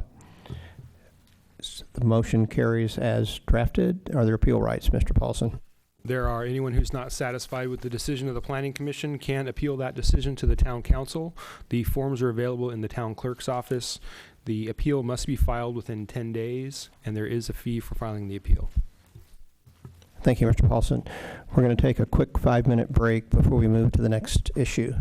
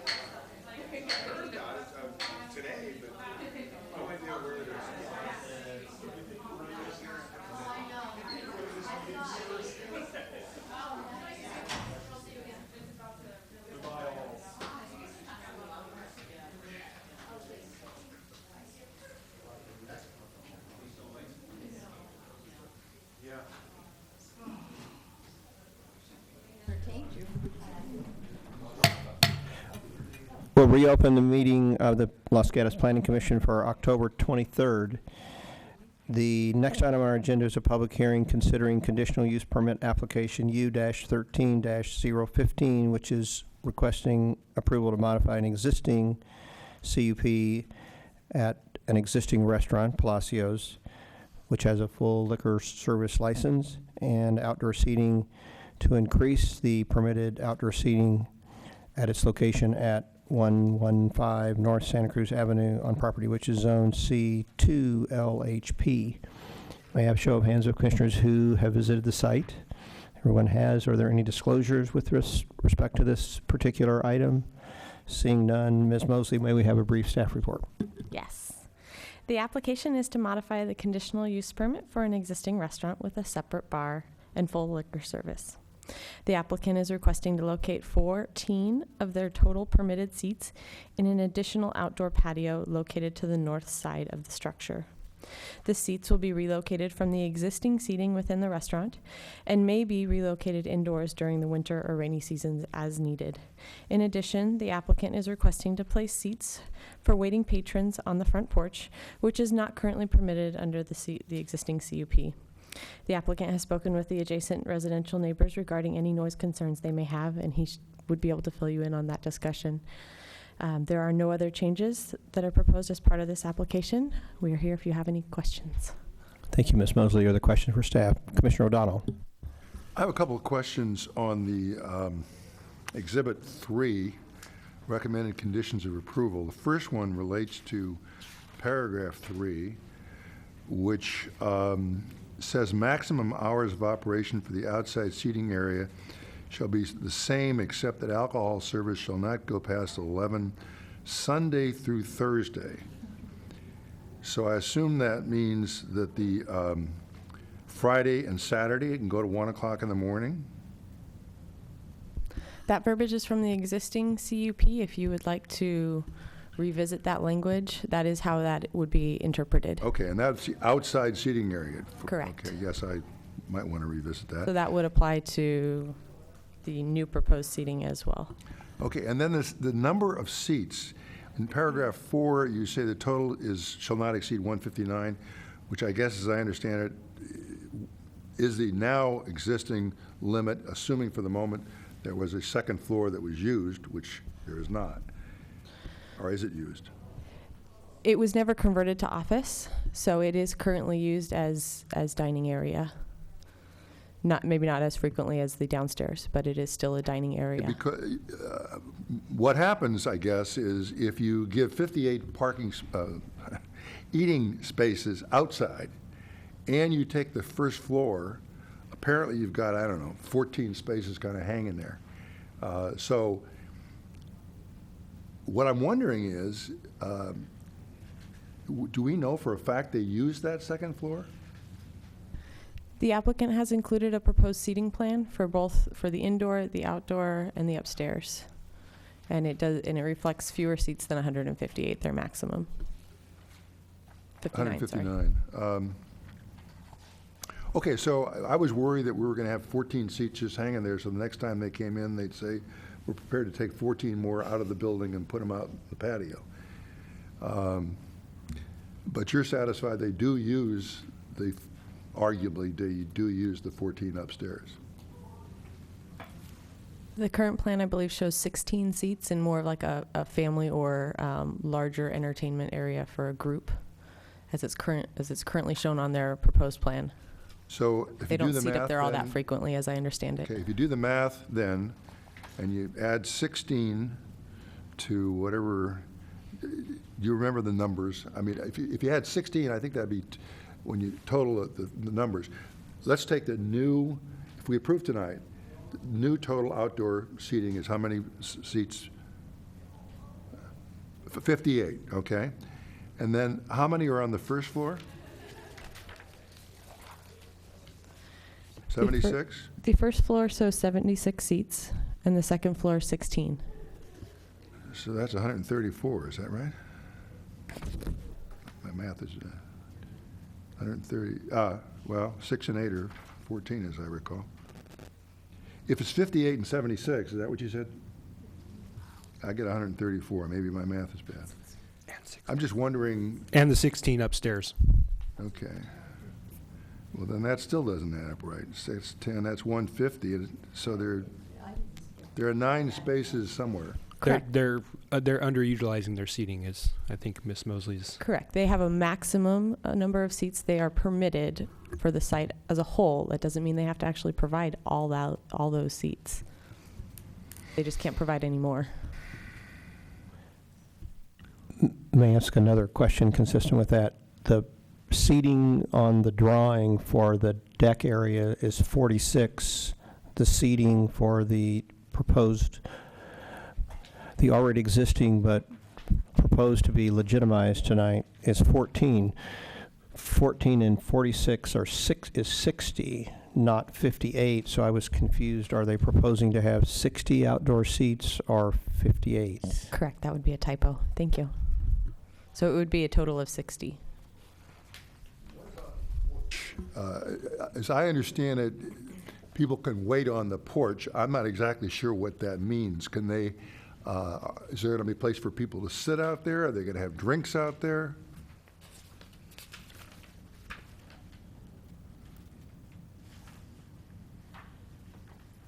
It's shown some seating.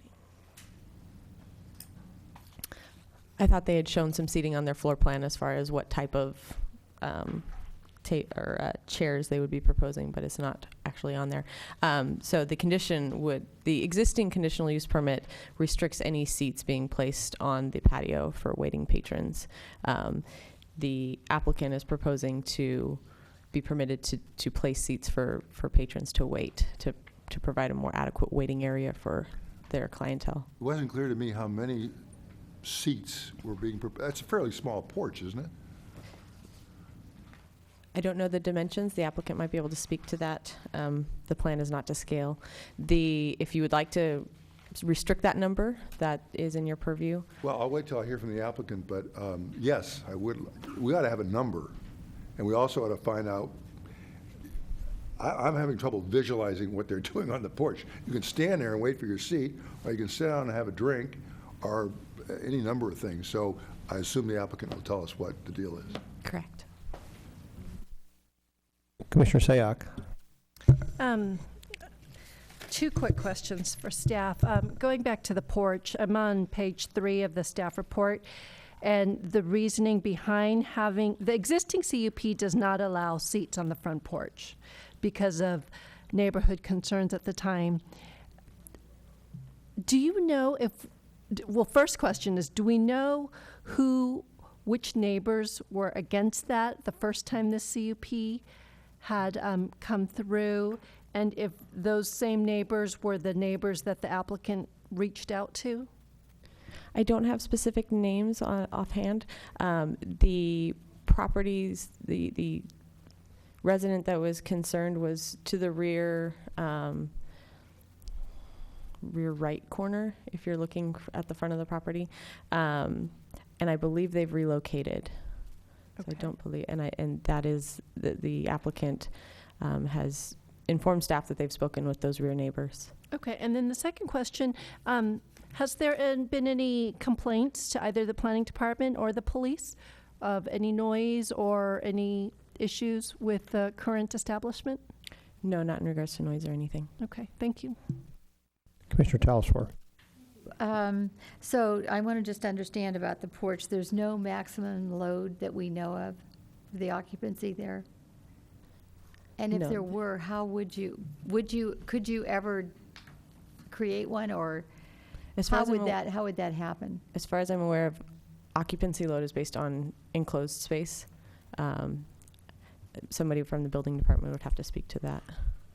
And just to add on, I think, as Commissioner O'Donnell alluded to, that is something that in the recommendation of the town council, Okay. the planning commission can. Okay, so, I had another question. Oh my God, I forgot it. Did you come back to me? Commissioner Smith. One of the questions I had was actually about the design of what would be outside, since the drawings were rudimentary looking. So as we face the property, on the left side, there is already an outside patio. And at one time, I do know that they wanted to put a particular canopy covering there. So what I'm trying to visualize is what we are approving them to do in a different location. And if it is just tables, because the canopy issue did come up on the other, quote, outside eating area. This approval does not include any type of physical improvement. It would just be seating that would be complementary to what is existing in the upstairs, in the raised porch area. So that would include, though, like umbrella tables? It would potentially allow them to do an umbrella or two, or one of those, some of those heaters, but all temporary, non-permanent fixtures. All right, so then are they going to be, according to the building code, would they be required to put any kind of even small fence around this new patio area? That's what I'm saying, I couldn't quite see on the plans here, to allocate that patrons are not to walk off of there into the street with drinks or whatever. There is currently that front gated area, so it is currently gated. And that, so the main gate is considered, would be considered the gate for this patio? It would be potentially. Staff discussed this with the police department and asked if they had any concerns with, or if there was any necessity to add any additional fencing or gating, and they declined to require anything else. Because I do believe we required it for the other side of the deck. I mean, the outside deck. So the raised patio that's on the other side, building code requires there to be a railing around that. This is at grade, Because so it there was was no building raised. code All requirement right. for that. Thank you. Commissioner Talsford, did you I remember? think my question was covered with Commissioner Smith, but just to make sure, so the seating that I saw the other day that was there, there's no requirement that there be any kind of delineation with a fence or something to the back alley. Is that correct? If you feel that's necessary, you can add a condition requiring that. Staff conferred with the police department, who usually regulates that element. And they did not. Okay, thank you. Commissioner Smith. Sorry, I had one more question. I didn't see it in the CUP. Are the hours different for the current outside patio? In other words, do they stop serving at 10 p.m.? I didn't see that in the documents. The existing CUP requires that alcohol cease service, I believe, on certain days of the week at 11 p.m. But what about the food service outside? Is there any? There is no restriction So they on could that. serve They that would- till 1 o'clock in the morning? Per the existing conditional use permit, it's under your purview to discuss all elements of the All right, CUP. thank you. Any other questions for staff at this time? If not, then we'll open the public portion of the public hearing and invite the applicant to address the commission. We ask that you state your name and address for the record. And you have up to 5 minutes. Hi, Dean DeVincenzi, Palacio with no S. We are, I don't know where we want to start. You all asked questions that,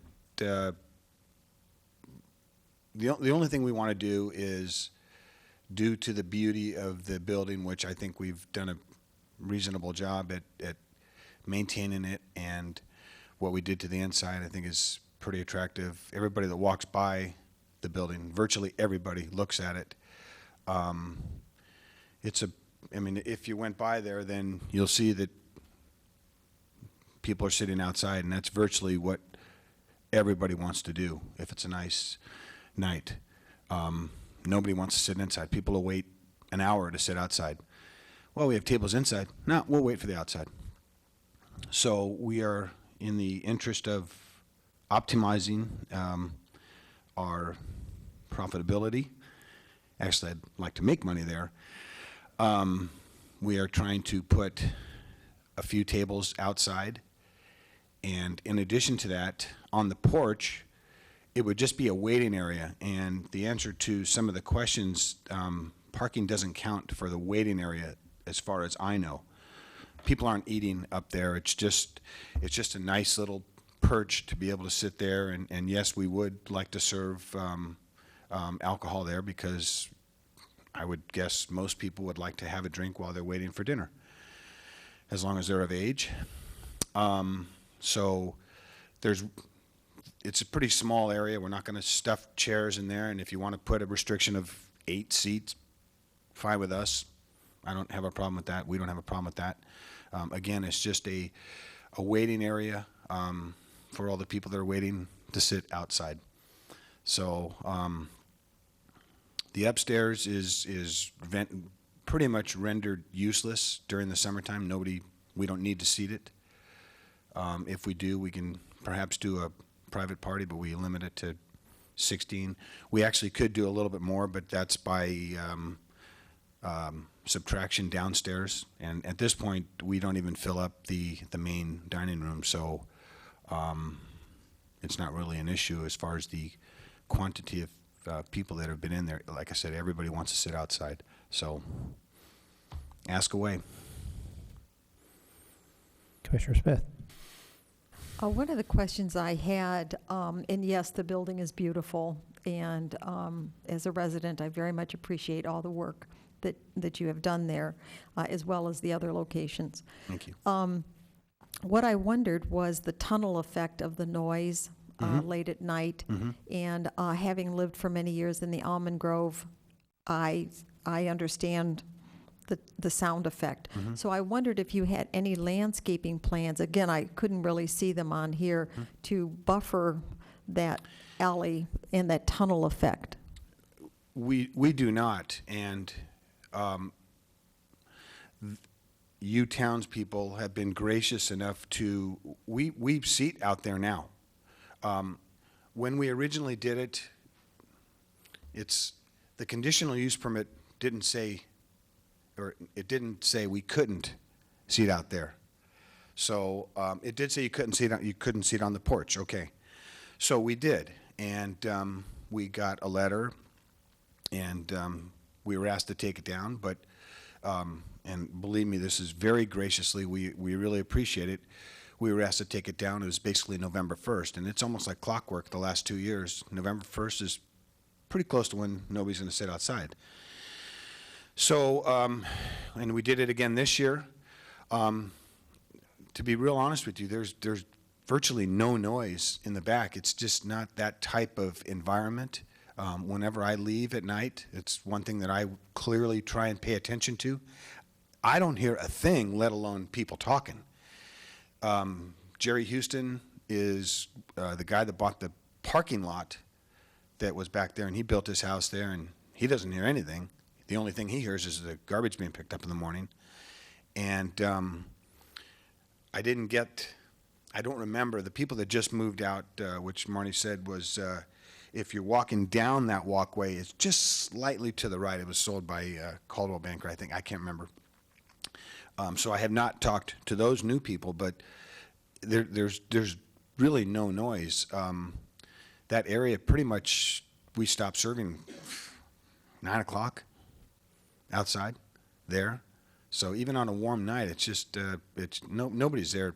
I'll maybe 10 at the absolute latest. So and there's no noise from the big patio whatsoever. So it's really it's surprisingly really quiet. It's just the venue we have is not a rock and roll, and it's not a whiskey gulch, and it's not that type of operation. I don't want that type of operation. Then my follow-up question to you is, and you are right about the patio on the left, because of course it's buffered by the building no matter what, but would you then be amenable that seating area you would not seat after 10 p.m.? Absolutely, fine. Thank you. Yeah. We can seat out there until 1 o'clock, but that's 100% not an option. What I don't understand is, and I'm sorry to cut you off, but why can't these conditional use permits go with each business that goes in there? Because I would understand if somebody else came in there and they wanted to make a bar out of it, I would think that they should come in here and spend the $10,000 to get a new conditional use permit, and I don't think anybody would have a problem with that. We'll let the staff explain that to you offline of this meeting. Commissioner Talsfor. So, thank you for being here. A couple of questions. One is about the porch, and when I visited your the restaurant the other day, I've been up there for events, actually, for the Education Foundation event. It is quite small, and I did see that there were some seats there already, and I don't know if that is telling me that you are letting people sit there or what it is, but I'm having, tell me how you plan on using the porch. Let me hear it from your words. Just put, there are basically ottomans that we're using as chairs just to sit down and wait for a table. Okay, but then you said also you were thinking of offering beverage? Yeah, absolutely. Alcoholic beverage Yes. out Yeah. on the porch? Which as is well? no different than if it's downstairs, they can sit and eat down there. How many, the porch, the porch wraps around, Mhm. and then it goes down, then there's a staircase. So are Correct. you considering that whole area of the porch? I only saw a few seats. Yeah, it's. So how many are you thinking about adding? If you could be a little clear about that. On the porch. 8 seats, eight chairs for somebody to sit down and wait for a table. And of course, I mean, we have to be realistic. Of course, you're going to serve a drink or somebody's going to want a drink if they're And going to not wait. food? No, that's where they're going to wait for their table. Wait for the food Mhm. with a drink, okay. Yeah. Okay. That would be the perfect world, yes. And then recently you were before the Historic Preservation Committee for adding a trellage? Yeah, Oh, that's not happening? if you want to loan me 50,000, yes. I we was just curious about. proposed originally it was going to be some sort of awning, which the town didn't like, and then it was going to be some sort of trellis, but it was, when it was all said and done, and it was going to cover about 2/3 of the patio, it was 50 grand, so it wasn't, Wasn't worth it's it. not worth it, so. And my last. I'm not here for that. Okay, I just was curious. My last question, this is off of the CUP, but about your building, is that there is a, what's that? Sorry. I'm sorry, I thought I turned it off. There is a banner that you have advertising, and I forgot what it is. Cantina Hour? Yes. Now, is that a permanent banner, or is that just supposed to be there because I think there's I'm sorry to have to look at it, but I think it looks like a temporary banner to me. Sure, okay. You know, I'm not going to lie to you. If I don't know what the protocol is for that, but if somebody says you got to take it down now, okay. Okay, But maybe until just- somebody says something, then Okay, I don't know what the protocol for that is, though. So okay, we'll have to look at it. I'll Sure. have to ask. Yeah. Okay, thanks. yeah, that's no problem. You So- tell me I can have seats on the other side. Deal. So I have a question about the application tonight. So you have quite a quality bar inside of the restaurant. So it's a nice, I frequent it, so I can attest thank you. to that it's very nice. So, so is it necessary for people who are waiting for tables Mhm. and spilling over out of the bar Mhm. onto the porch to be able to have alcoholic beverages out on the porch? Can you not accommodate the people who are waiting for meals inside of the building, in the bar area, those who want to have an alcoholic beverage where you wouldn't need to have alcoholic beverages Sure. carried out onto the porch area? You could, and it isn't a question of not having any room. It's a question that everybody wants to sit outside. So, There are a lot of things that I want in life that I'm not allowed to do also. Me too. One thing that I'd like to, I guess, perhaps throw your ways, all of your ways, is I don't know if urge is the right word, but I'd really like people to start thinking about what we need to do in this town to get people back here. I don't know when last time we went to Campbell or even Willow Glen, but really Campbell's really, really putting a stomping on us. And to be told that we couldn't serve drinks out on this beautiful porch because the town doesn't want us to, I don't think that makes us look very good. And I'm saying all of us. So I really would like to be able to serve a drink out there. It's not a drunk fest out there. I always respect the concerns for alcohol service. And again, that's where I think that different owners should have their own conditional use permits. So if somebody else was to be there, but I can assure you that my restaurants, I don't condone drunken stupidity, and I don't. It's just never. It's not ever what four of my restaurants are like. So, I would really like to be able to serve a margarita or a glass of wine on the porch. Commissioner Smith.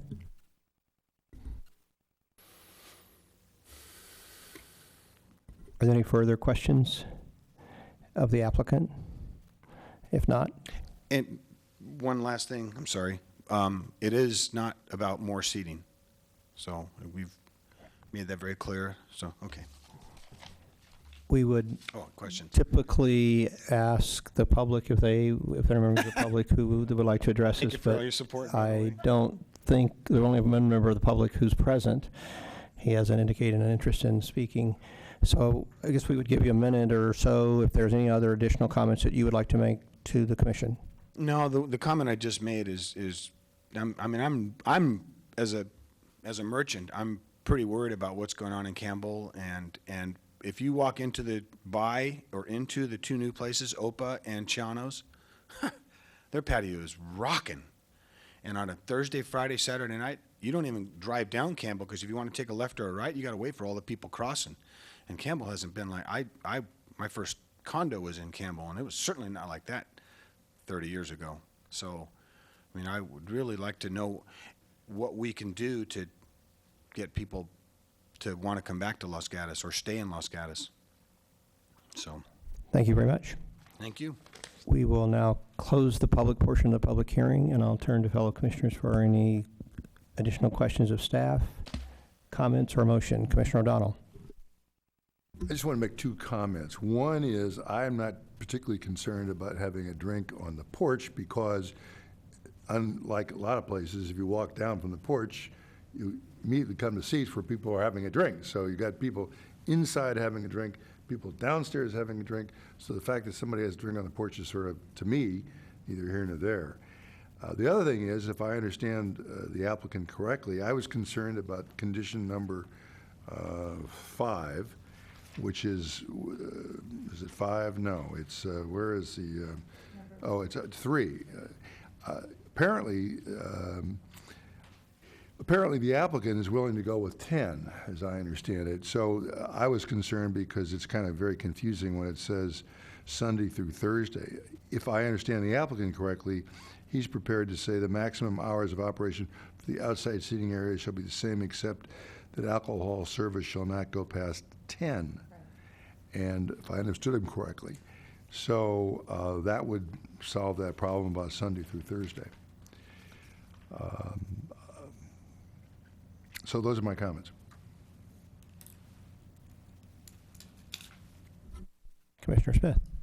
I just want a point of clarification with staff. So when this conditional use permit talks about outside seating, we are only talking about what's already happened with the deck seating is over and done with, and those hours of service go to 1 o'clock, correct? It's only a new section of the patio outdoor seating that we're concerned with tonight and making any changes to the hours. The entire CUP and all its conditions are under your purview for direction to the council.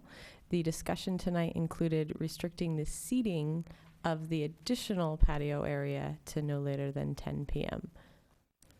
But I don't believe that discussion and concurrence with the applicant included the rest of the outdoor seating. I just want to make sure when we do a motion that we're clear that it's the seating of the additional outdoor area that we're making these restrictions. That was what was discussed for that particular restriction. Thank you.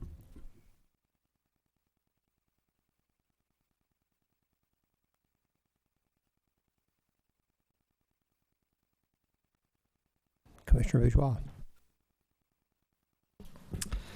Thank you. I'm going to go ahead and make a motion. You know, I think we all love and appreciate this building. It's one of the kind of iconic buildings in downtown, and we've seen a lot of turnover, or at least I have seen a lot of turnover through the years of restaurants there, and I think we want to see something succeed there. I think it's to the benefit of the downtown, to the benefit of the building itself, to have a successful business there. And I think what's being requested is very reasonable, and I think we need to encourage, I mean, we live in one of the most beautiful places in the world, especially for its weather, and you know, I think we need to capitalize on that. And I think the requests are very reasonable in that respect. And as far as, I mean, the whole property is gated. So, I mean, as far as the alcohol, where we're having it, I'm really not that concerned about it because, you know, the porch is, you have to go through the porch to get to the deck. And so it all seems part of one, what they're proposing just makes perfect sense to me. And I really don't have many concerns about it.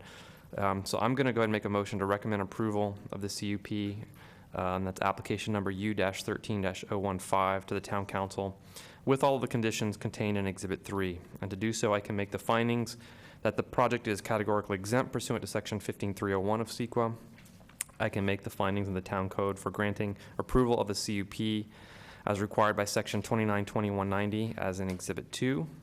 I can also make the required findings in Section 4B of the redevelopment plan as it meets the use set forth in the town's general plan, and that I can make the findings by the town's alcohol beverage policy to approve conditional use permit to serve alcohol beverages after 10 p.m. The one change I would make would be the one that has already been discussed at length, changing 11 o'clock to 10 o'clock for the pertinent seats. So that would be my motion. A second from Commissioner O'Donnell. So I have a couple of questions for the maker of the motion. So I believe that the limit of 58 seats that's in condition number 4 is actually erroneous. It's intended to be 60. 60, right. Thank you for that clarification. Yes. And then secondly, is the intent with the 10 p.m. to limit service out in the new outdoor seating area, or to limit alcohol service after 10 o'clock? I'm suggesting changing on condition number 3, and the way it reads is just alcohol service at 10 and not service. The current service on that area will remain as per their current operations. So we have a motion in front of us by Commissioner Bourgeois, second by Commissioner O'Donnell. Any further comments? All in favor say aye. Aye. Opposed? Passes unanimous. The recommendation to the Town Council passes unanimously. Do we have a report from the Director of Community Development, Mr. Paulson? I have a brief report. As everyone I'm sure is aware, when they came in, there was an envelope on the dais, and those are the EIRs, draft EIRs for 100 Prospect Avenue. That will be coming forward to the commission to receive comments on the EIR on November 13th, and the deadline for submitting comments following that is December 6th. Also, since we met last, the DRC met and yesterday approved an application for a new house on Alexander Avenue, as well as a 2-lot subdivision on Frank Avenue, which included the demolition of the existing single-family residence and construction of 2 new single-family residences.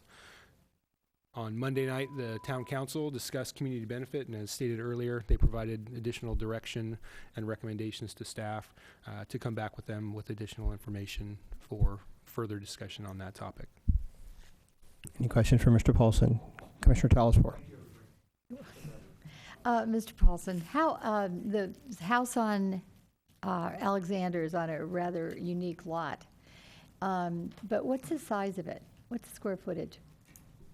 I do not recall. It was not the largest house in the neighborhood, and it did not exceed the FAR for that proposal. I can state that. Okay. If you would like more particulars, I can get those for you at a later date. I may come down and take a look at it. I used to live nearby there, and I knew the man that owned it, so just curious. Thanks. Are there commission matters from members of the commission? If not, we're adjourned.